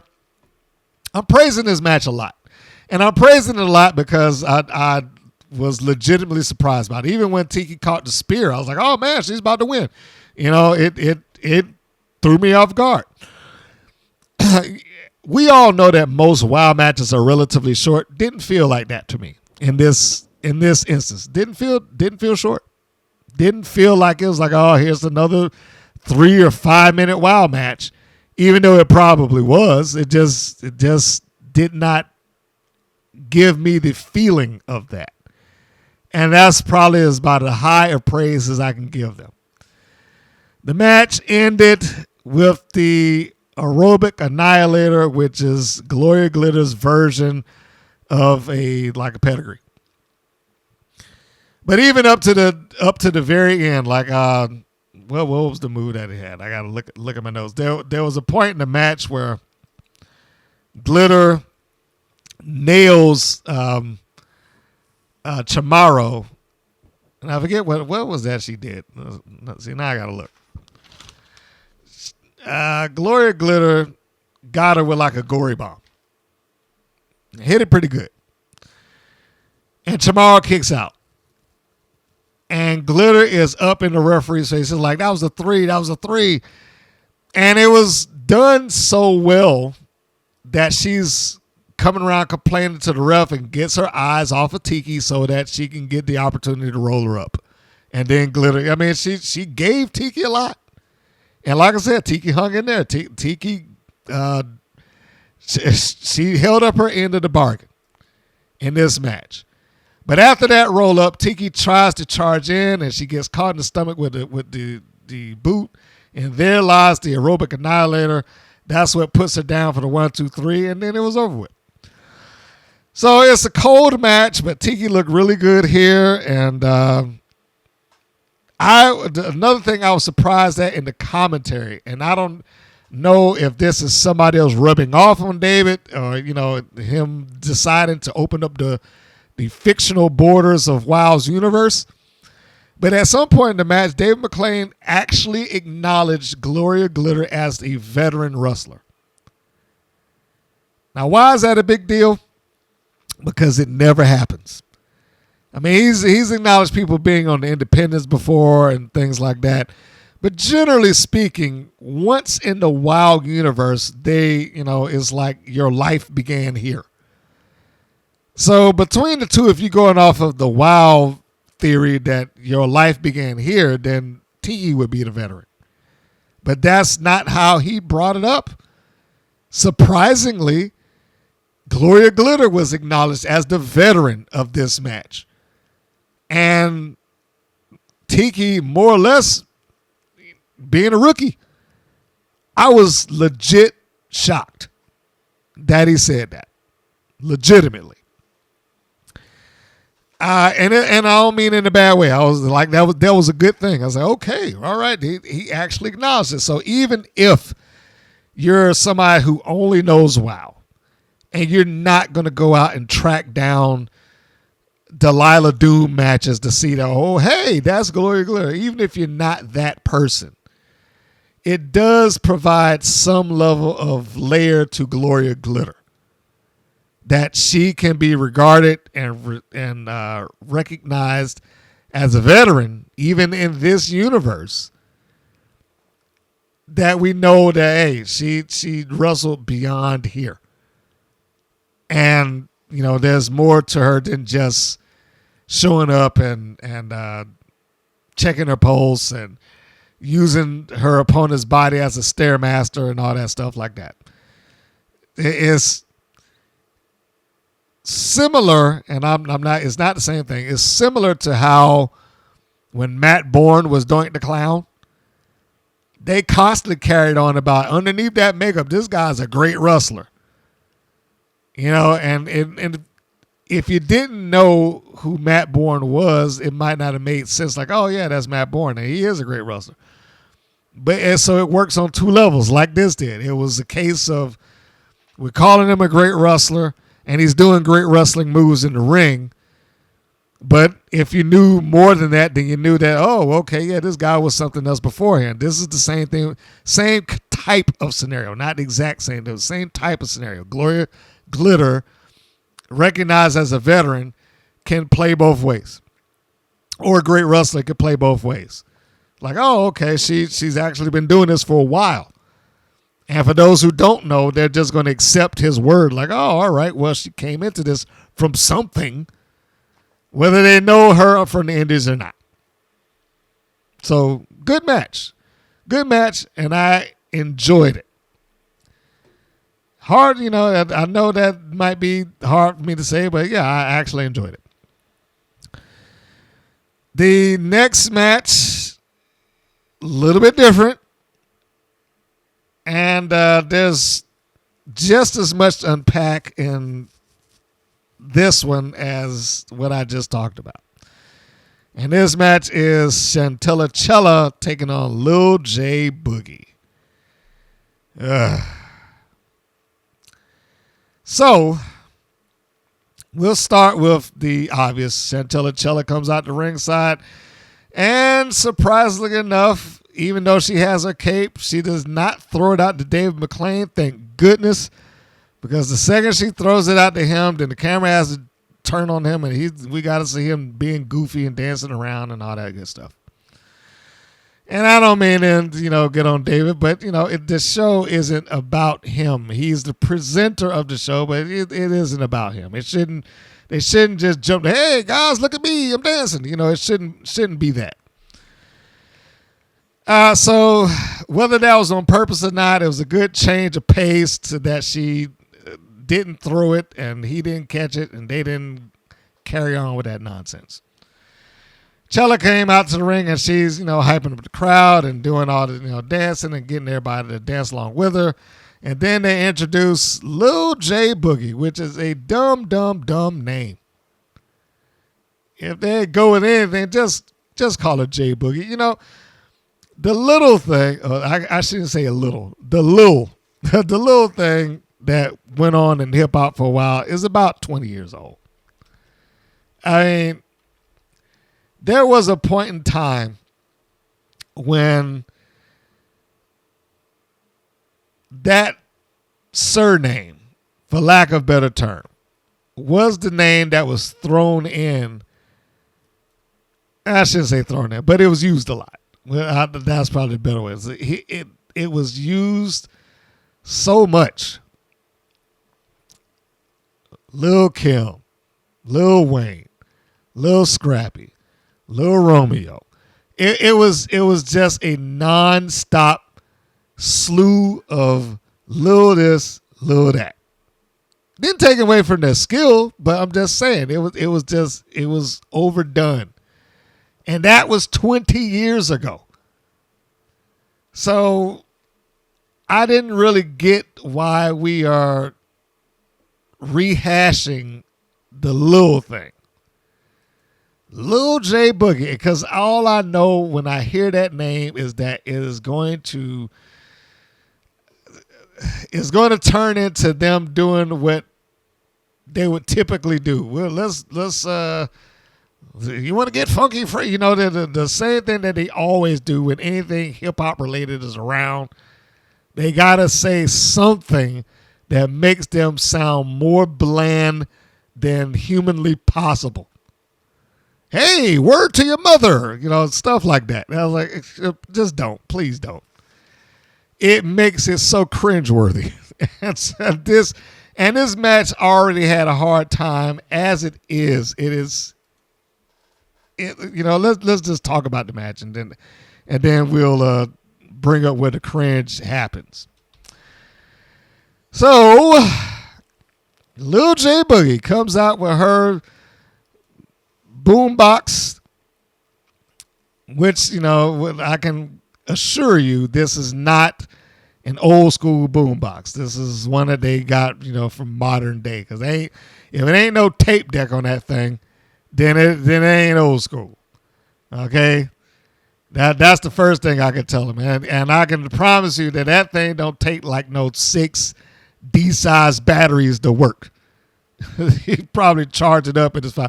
Now, I don't even know why she's coming out with the box, with the graffiti and whatnot. Does it have a nice look?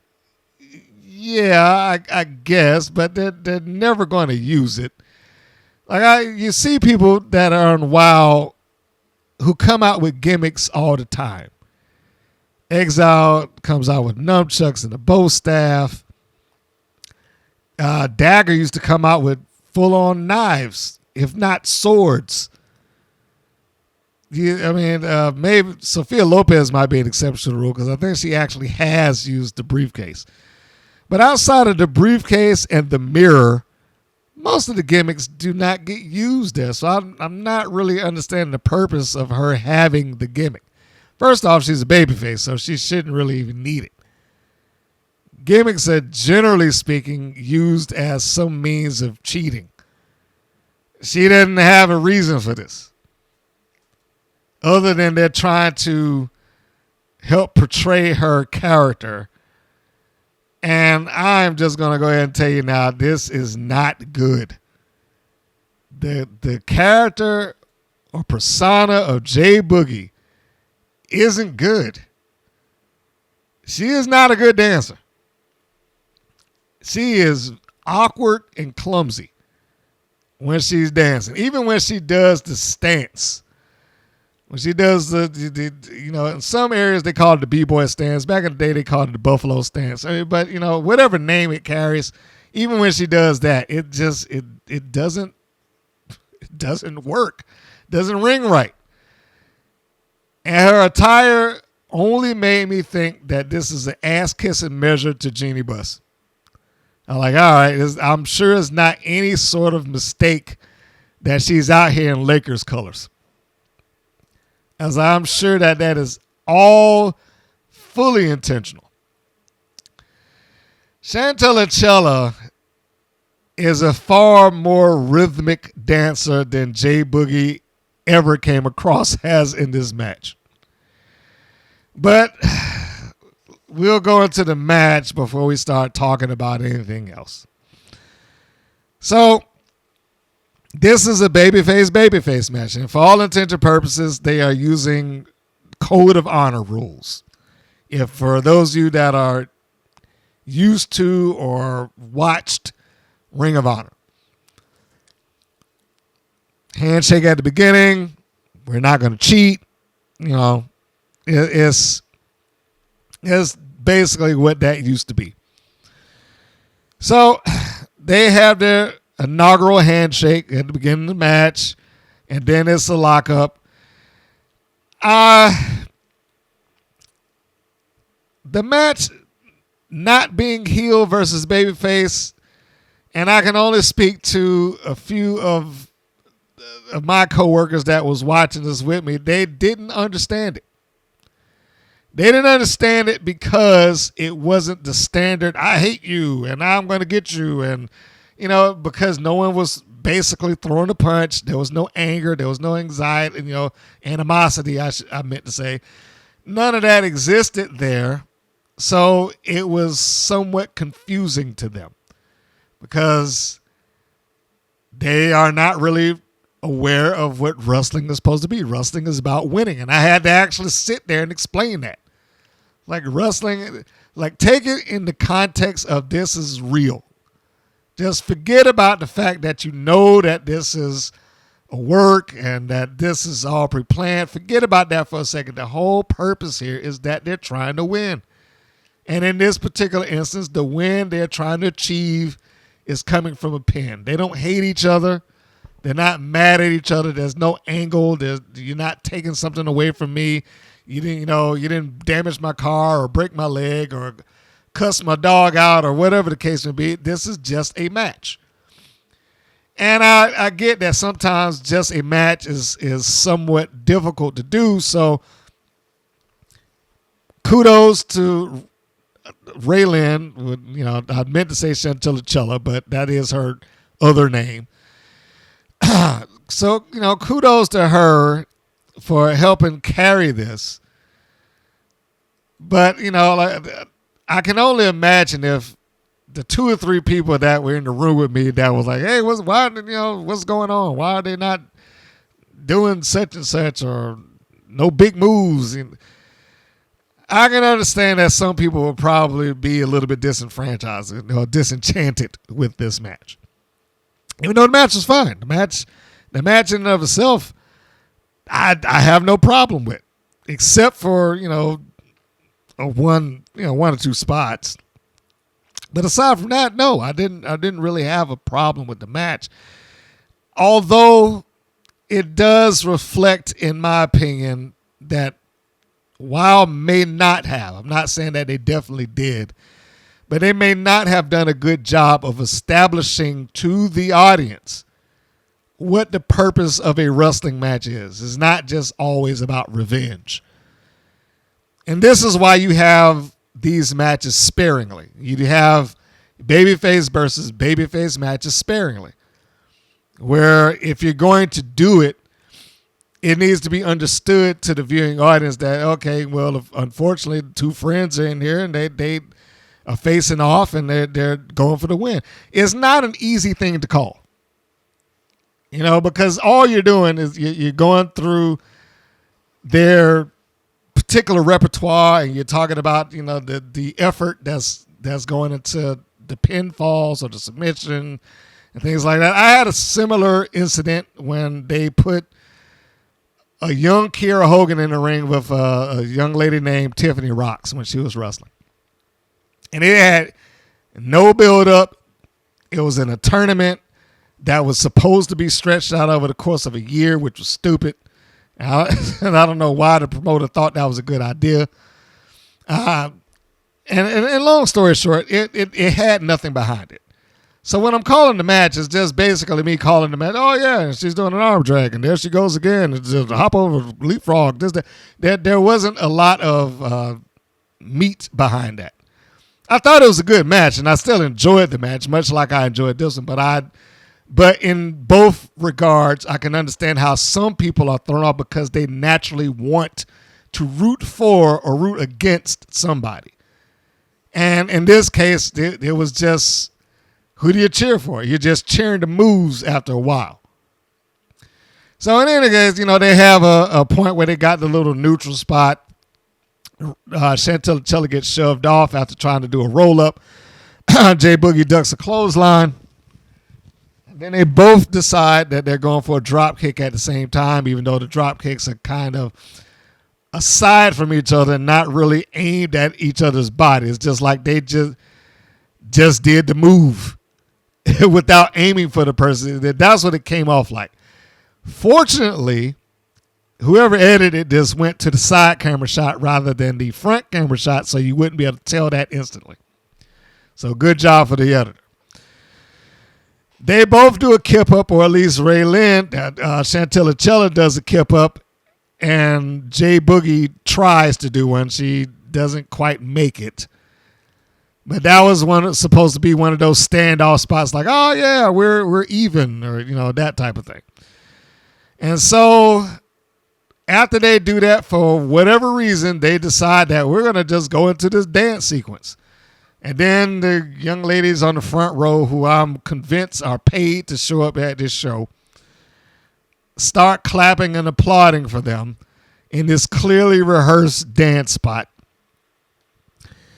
The only thing that made that dance spot palatable for me was the fact that the second it was over, Chantilly Chella shoved her into the turnbuckles.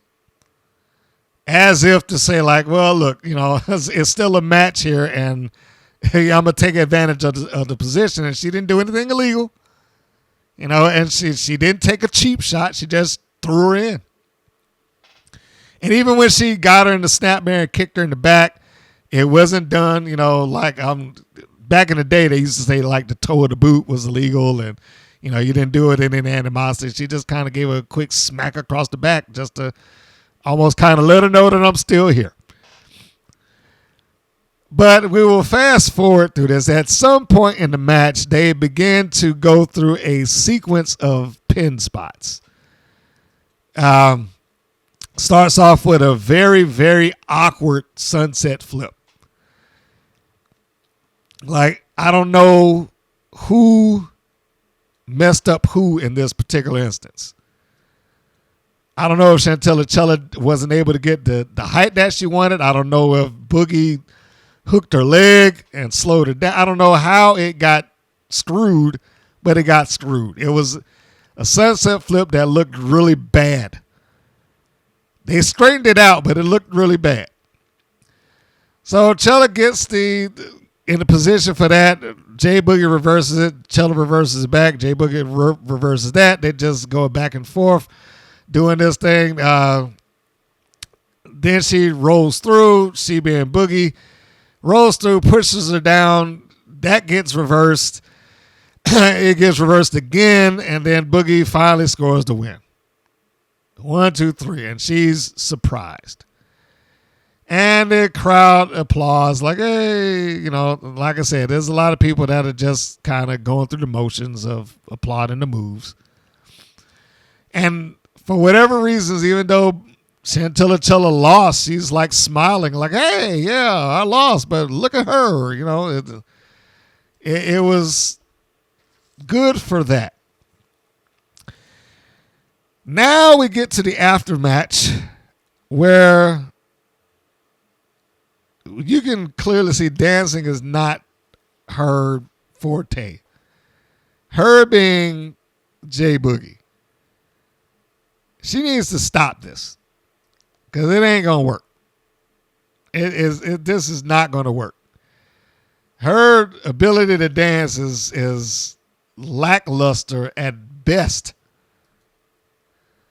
And I mean, I skipped over the part of the match where she tried to do some breaking move where she like sweeps her own leg. There's a portion where God, why am I'm stuck on her indie name. Where Chantilly Chella takes a high kick and Boogie ducks it. Then Chella goes for a sweep and she leaps that. And as she comes down, she starts to do the little sweep your leg dance move. And she is not smooth with this at all. Just for whatever reason, like, hey, I'm going to start dancing in the middle of this match. While my opponent is standing here watching me. And good on Chella that she just drop kicked her in the chest after that was done, because her dancing in the middle of it was dumb. And much like the dance sequence before, the only thing that makes this palatable is that Chantilly Chella took advantage of it. Like, okay, if you're going to stop and dance, then I'm just going to have to hit you. And she did. She came down with a drop kick. But getting back to the end of the match, this dance number that she was trying to do, I mean, she looked so awkward and so clumsy dancing around like that. It's J Boogie, I will say this publicly to you, phase out the dance moves. Phase them out. It's not going to help. It's not going to help. I can understand that that's part of the gimmick, but that's maybe a part of the gimmick that needs to die off. If you can't dance to the expectations of what a true hip hop dancer does, you probably don't want to do that. Is not her strong suit. It just isn't. And I know there are going to be people in that management that's like, you did great. I am going to tell you the truth. No, you didn't. And there's only one or two ways that this could have possibly occurred. Either when she interviewed for this job to work for Women of Wrestling, she may have said something in the course of an interview to Dave McClain or Majors or somebody like that to say, hey, yeah, I love some, street culture and hip hop and all this good stuff. And they just assigned her the gimmick. Like, hey, all right, well, that's what you're doing, then that's what we'll do. Here you go. Go out there and dance. Or if she wasn't assigned it based on something that she said, then she told them that, hey, this is what I like and this is what I want to do, not being fully prepared to do it. This is not something that she needs to continue. This should stop. This should stop right now. That dancing number of hers is bad. Is bad. And there's really no way around that. There's nothing I can say that would really make this any better. And I wish I could say something like, oh, well, it was a nice effort. Or what? No, I got nothing. I have nothing.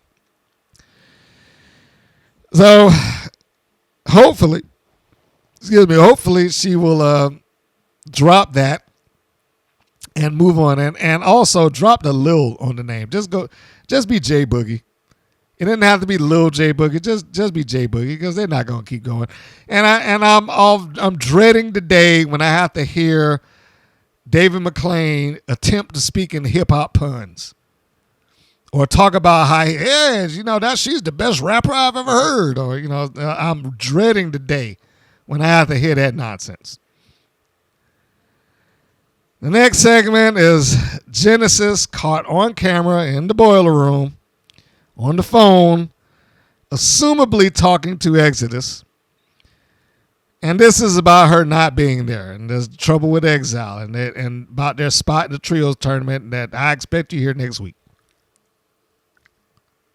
This is to push along the friction in Exile and also to set up for the next Trios Tournament match, which we now know to be Exile, including Ice Cold, of course, taking on the incredible team of the Mighty Mites and Steffi Slays, which we all know is a recipe for loss. Segment after this, next segment is G.I. Jane and the Classmaster, who now have issues with each other, setting up a beef with each other going forward.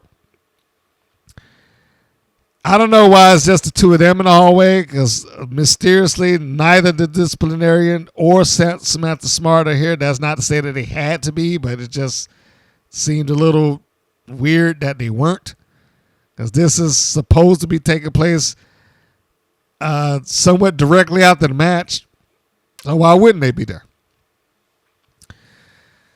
They pretty much are arguing about, who did what, and like I said, this is setting up beef with each other. This segment cuts over to Team Spirit and coaches trying to keep the team focused on winning, and that more or less they should not be resting on the laurels of being Team Spirit, because we barely got by them. And it took Coach getting into the ring to settle things and save the day and et cetera, et cetera. She wasn't happy with them. This is, it's fine. We know that Team Spirit will continue on. And they will be in whatever round. Like I said, we don't have any brackets, so we don't know who's in it. Dave McClain pretty much said he didn't know who's in it, so they're just making it up as they go along. We know that's not what's happening in real life, but in the kayfabe universe, it's making it up as it goes along. Team IQ Superior makes Samantha Smart anything far from being smart. I just had to say that because as I look at this team, she has a team of people who all have questionable records. Why would you put your faith in that? Why would you put your faith in this team with this rookie that you got in who hasn't won a match yet? The disciplinarian who's been with you for at least 2 or 3 years, and of those 2 or 3 years has won probably the same amount of time, 2 or 3 times. And then you got G.I. Jane, who was probably the most, again, in this kayfabe universe, the most accomplished of the 3. But then she has a losing record. So why would Samantha Smart or any other person put their faith into that team? I would repackage the Classmaster as soon as possible. I'd get rid of that dumb outfit, take advantage of her height, and rebuild her with somebody else other than Samantha Smart, somebody who can actually be a mouthpiece for her and make her be serious and destructive. But that's a booking segment for another day. Next segment is the Beast promo / ad, and this is talking about her heading back to the championship like she ever left it. She is one of the reasons, like, this is all the same 5 or 6 people going for this title, even though Ozzy was trying to, we need to give some more people a chance. It doesn't seem like that's going anywhere. Same people over and over and over again. Next segment, Jessie Jones and Amber O Neal getting ready to take on the All-American Girls. Americana looks like she just emulates what Santana Garrett does quite often in this match. Americana does something, you probably see, not Americana, but Santana Garrett does something, you'll see Americana do something pretty much following right behind that. It's not a lot of play in what she does or how she does it. It's like I have to look for Americana to do this first so I know that I'm doing the right thing. So what I think we should do, since we've gone into this, but this is why I put chapters in here, folks, so that you can skip through. But I want to look at this match with you. If you don't mind, I really want to look at this match with you and see how this thing unfolds, is probably the smoothest match overall of the show. But let's get to that and we can, judge as we talk and review. So this is going to start. You can go find this on their Wild channel. It is Jessie Jones and Amber O Neal versus the All-American Girls. And we're going to do it just as we normally do. It's going to be starting at all zeros. Okay? And when I count down, I'm going to go 5, 4, 3, 2, 1, play. When I say play, hit play. All right? And then we will go through watching this together. So here we are. The match, we can start this in 5, 4, 3, 2, 1, play. And hopefully you got that on pause before the commercial ran. So we're looking at this. We're seeing Lauren Hunkle in the ring, and she's giving the announcer. And if you really caught that there a second ago, you can see the hype guy on the side, the right of the screen, telling the crowd, 1 fall. So we got the All-American Girls coming out, the Grits and Glam. Now, I know that's Grits and Glam. It's just amazing to me that they're not the All-American Girls when they're out there in red, white, and blue. And the other one's in paisley and pink, and, it just seems odd sometimes. But anyway, I doubt that they're going to go off of the name Grits and Glam or off of the name Bullets and Bourbon, certainly. I think they used that once on the Indies. There's Amber O Neal. Lovely young lady. As are all of them. So Jessie Jones, who's one of the more accomplished wrestlers, who I said that was Wild's Wrestler of the Year in 2023, despite the fact that she sat out a good chunk of it.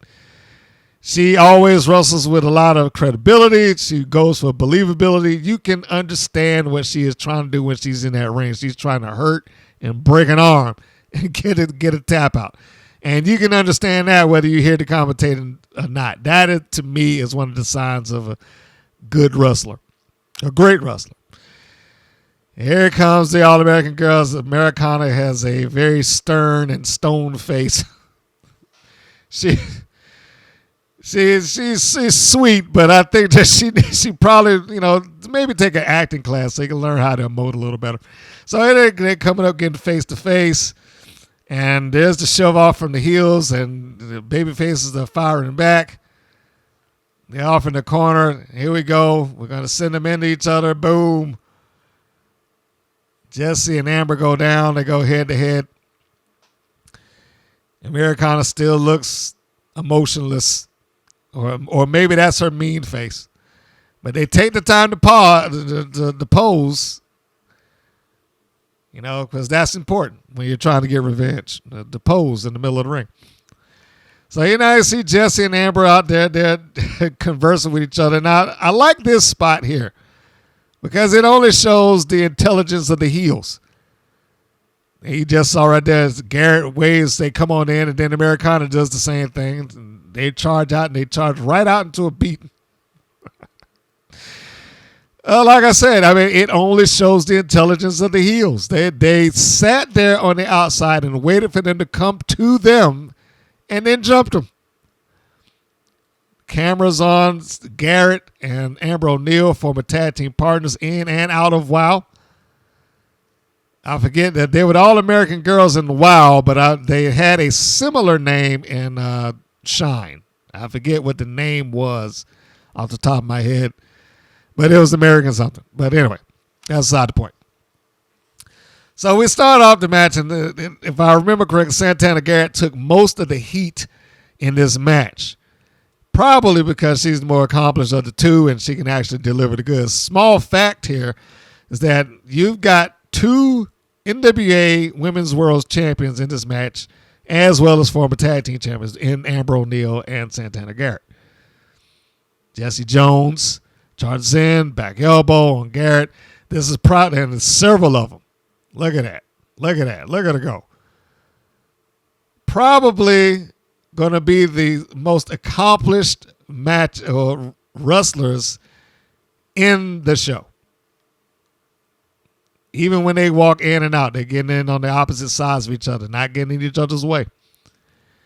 And they're stomping her down. Nothing illegal done here, by the way. Which is kind of odd. They're aggressive, but not illegal. Boom. Look at that. Stops over there, flips off, gives her a kick in the chest, and Jessie Jones gets Americana excited, comes, draws her in, referee pushes her out. Jessie Jones attacks Santana Garrett. Garrett has not had any offense here. Jessie drags out to the middle, and no.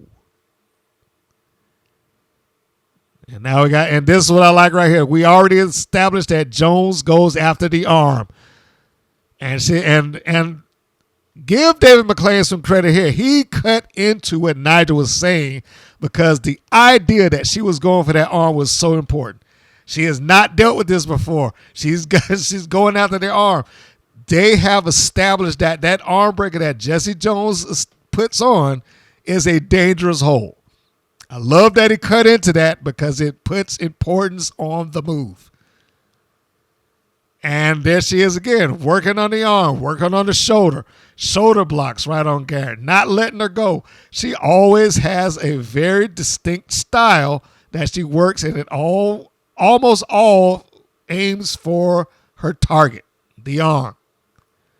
Tag back into O'Neal. The former Bullet Babe. That was what she was when I covered her match several years ago. Kicking it back. Hooking her in. Double arm hook from the rear. And sitting right in the middle. You see Jessie walks across, gives a little verbal tirade to Americana. This is probably as much to get the best match that you can as it is to cover up whatever deficiencies Americana may have. And you can see a hair pull. That's probably about as dirty as it got so far out of the heel team. Spiking her head into the ground. O'Neal is just enjoying herself, prancing around.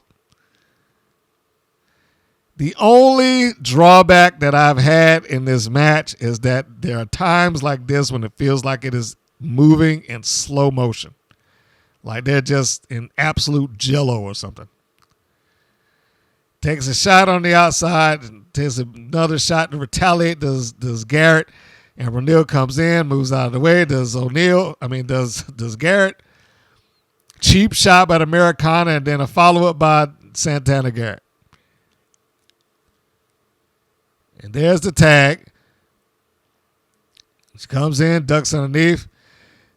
Americana, physically speaking, is, in excellent shape.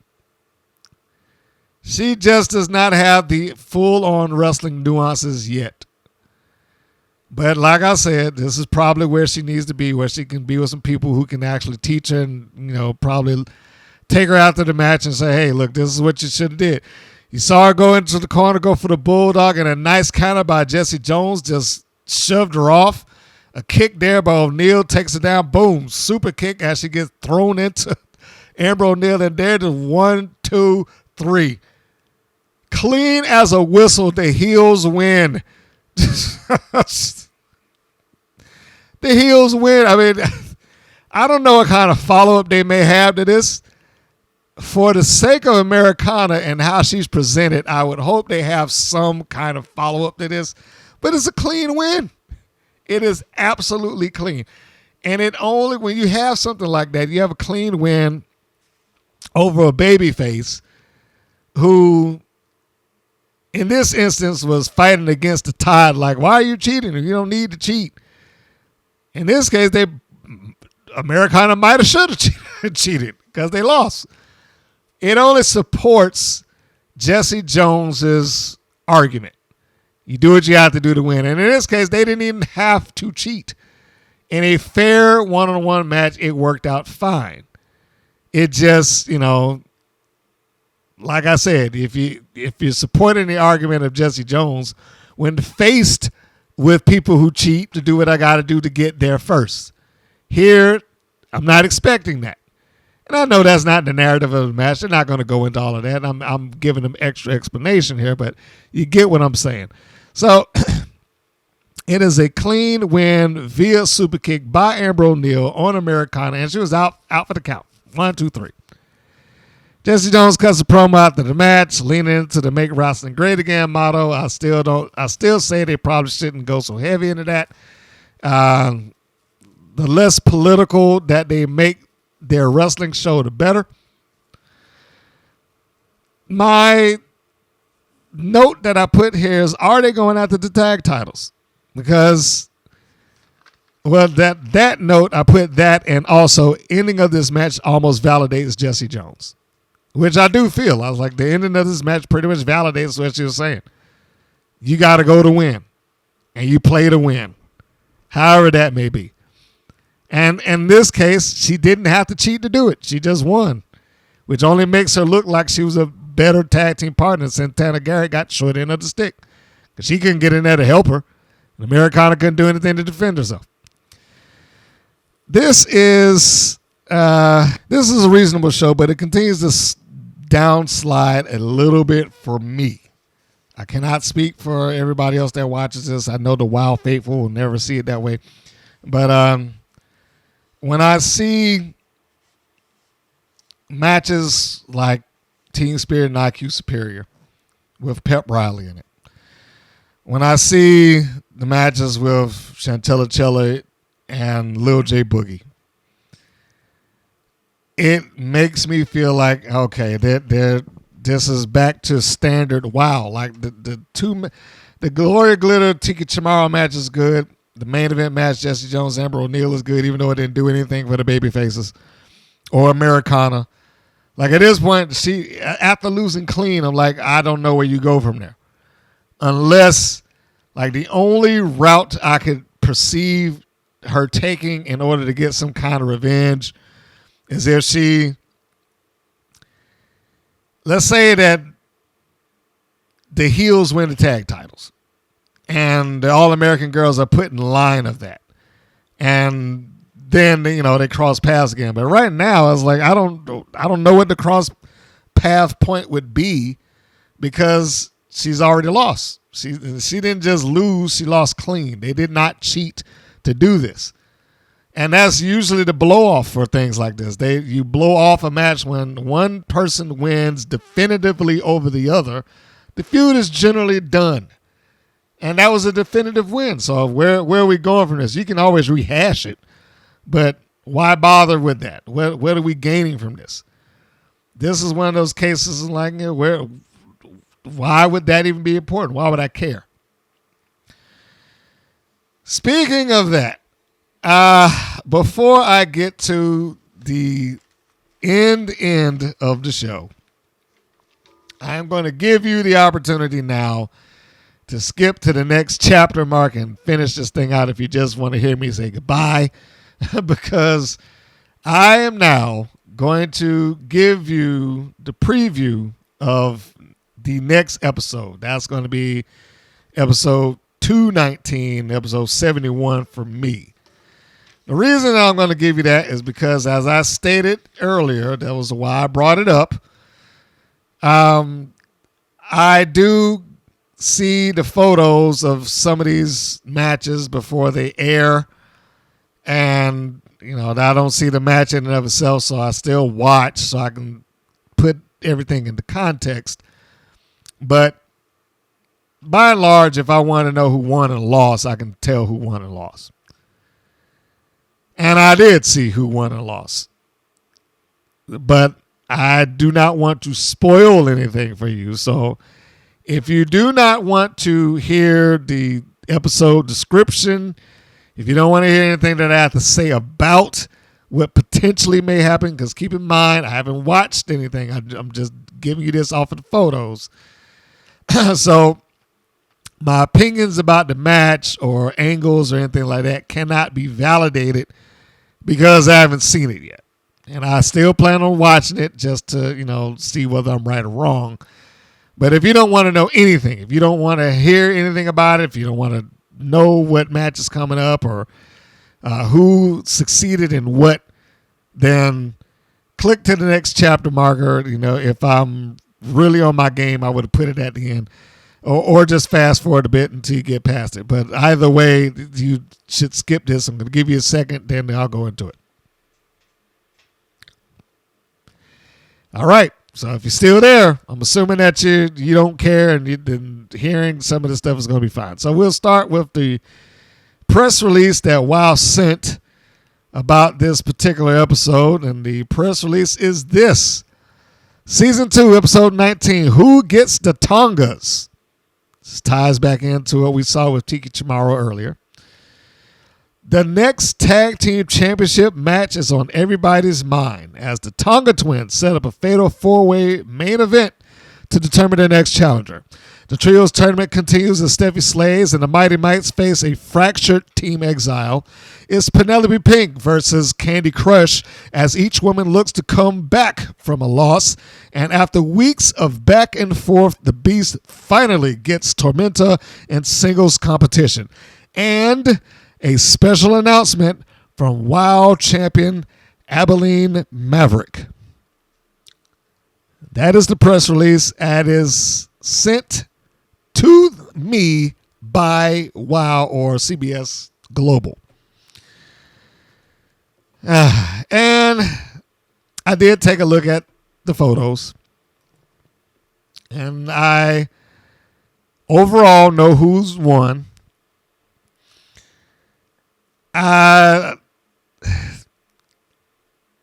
So here's the first spoiler. It feels like we're in line of another Miami Sweet Heat Tongas match. And I am not here for that. I just do not want to see that. I don't. Why are they rehashing this match again? When are they going to be done with this? First off, the match, the Four Corners match is Los Banditas, Last Call, the Mother Truckers, and Miami Sweet Heat. By all accounts, it looks like Miami Sweet Heat is the winners. I hope this picture's wrong. But by all accounts, that's what it looks like is happening here. I see them with their hands raised and the referee in the middle, and it looks like they scored another win and they're in line of another championship match. I don't know who it is in WoW that thinks this match is such a money match, but they need to do something else. Miami Sweet Heat need to do something else. They need to move on and have something else to do. I don't care about this one way or the other. I don't care if they win the championships. I don't care if they don't win the championships. I want to see the Tonga Twins lose it at this point because they've become boring. But this ongoing thing of putting these two teams in the ring is just a waste of time. They've done this enough. They've drained this for all it's worth. Why can't they get an angle with some heat on it to make some people want to see it? I would take Jones and Amber O Neal facing off against them. I would have taken Los Banditas if they haven't been beaten into powder. If the Tongas go heel, I would even take the Mother Truckers. Just so long as it's somebody different. They don't need to monopolize the tag team title shot. This has been a year worth of that. They were the last two teams in the tournament, and then the Tonga Twins chased them for the better portion of a year. And then when they got it, they had two different non-DQ, no count out, anything goes matches. They participated in a faction versus faction match. How many more different ways can we do this? They haven't even been separated long enough for this to be coming back around. But here they are, and it seems like that's what they're doing. The Beast taking on Tormenta.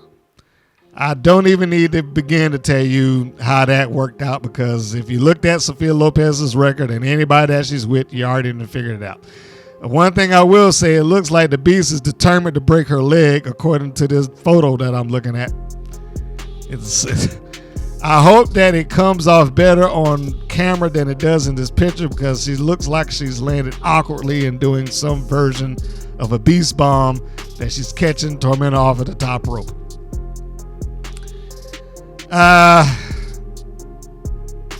Who cares about the trios match? Look, I gave you who was in it, and I told you earlier it's a recipe for failure, and that's pretty much what it is. But again, we're going to talk about all of that when it comes up next week. Unfortunately, they did not put any particular thing on the main event. And the only reason I even bring this up is because of who's in these matches and where the implication of the winners of this matches seem to be taking us. It seems to be taking us back towards a championship match with the Tonga Twins and Miami Sweet Heat.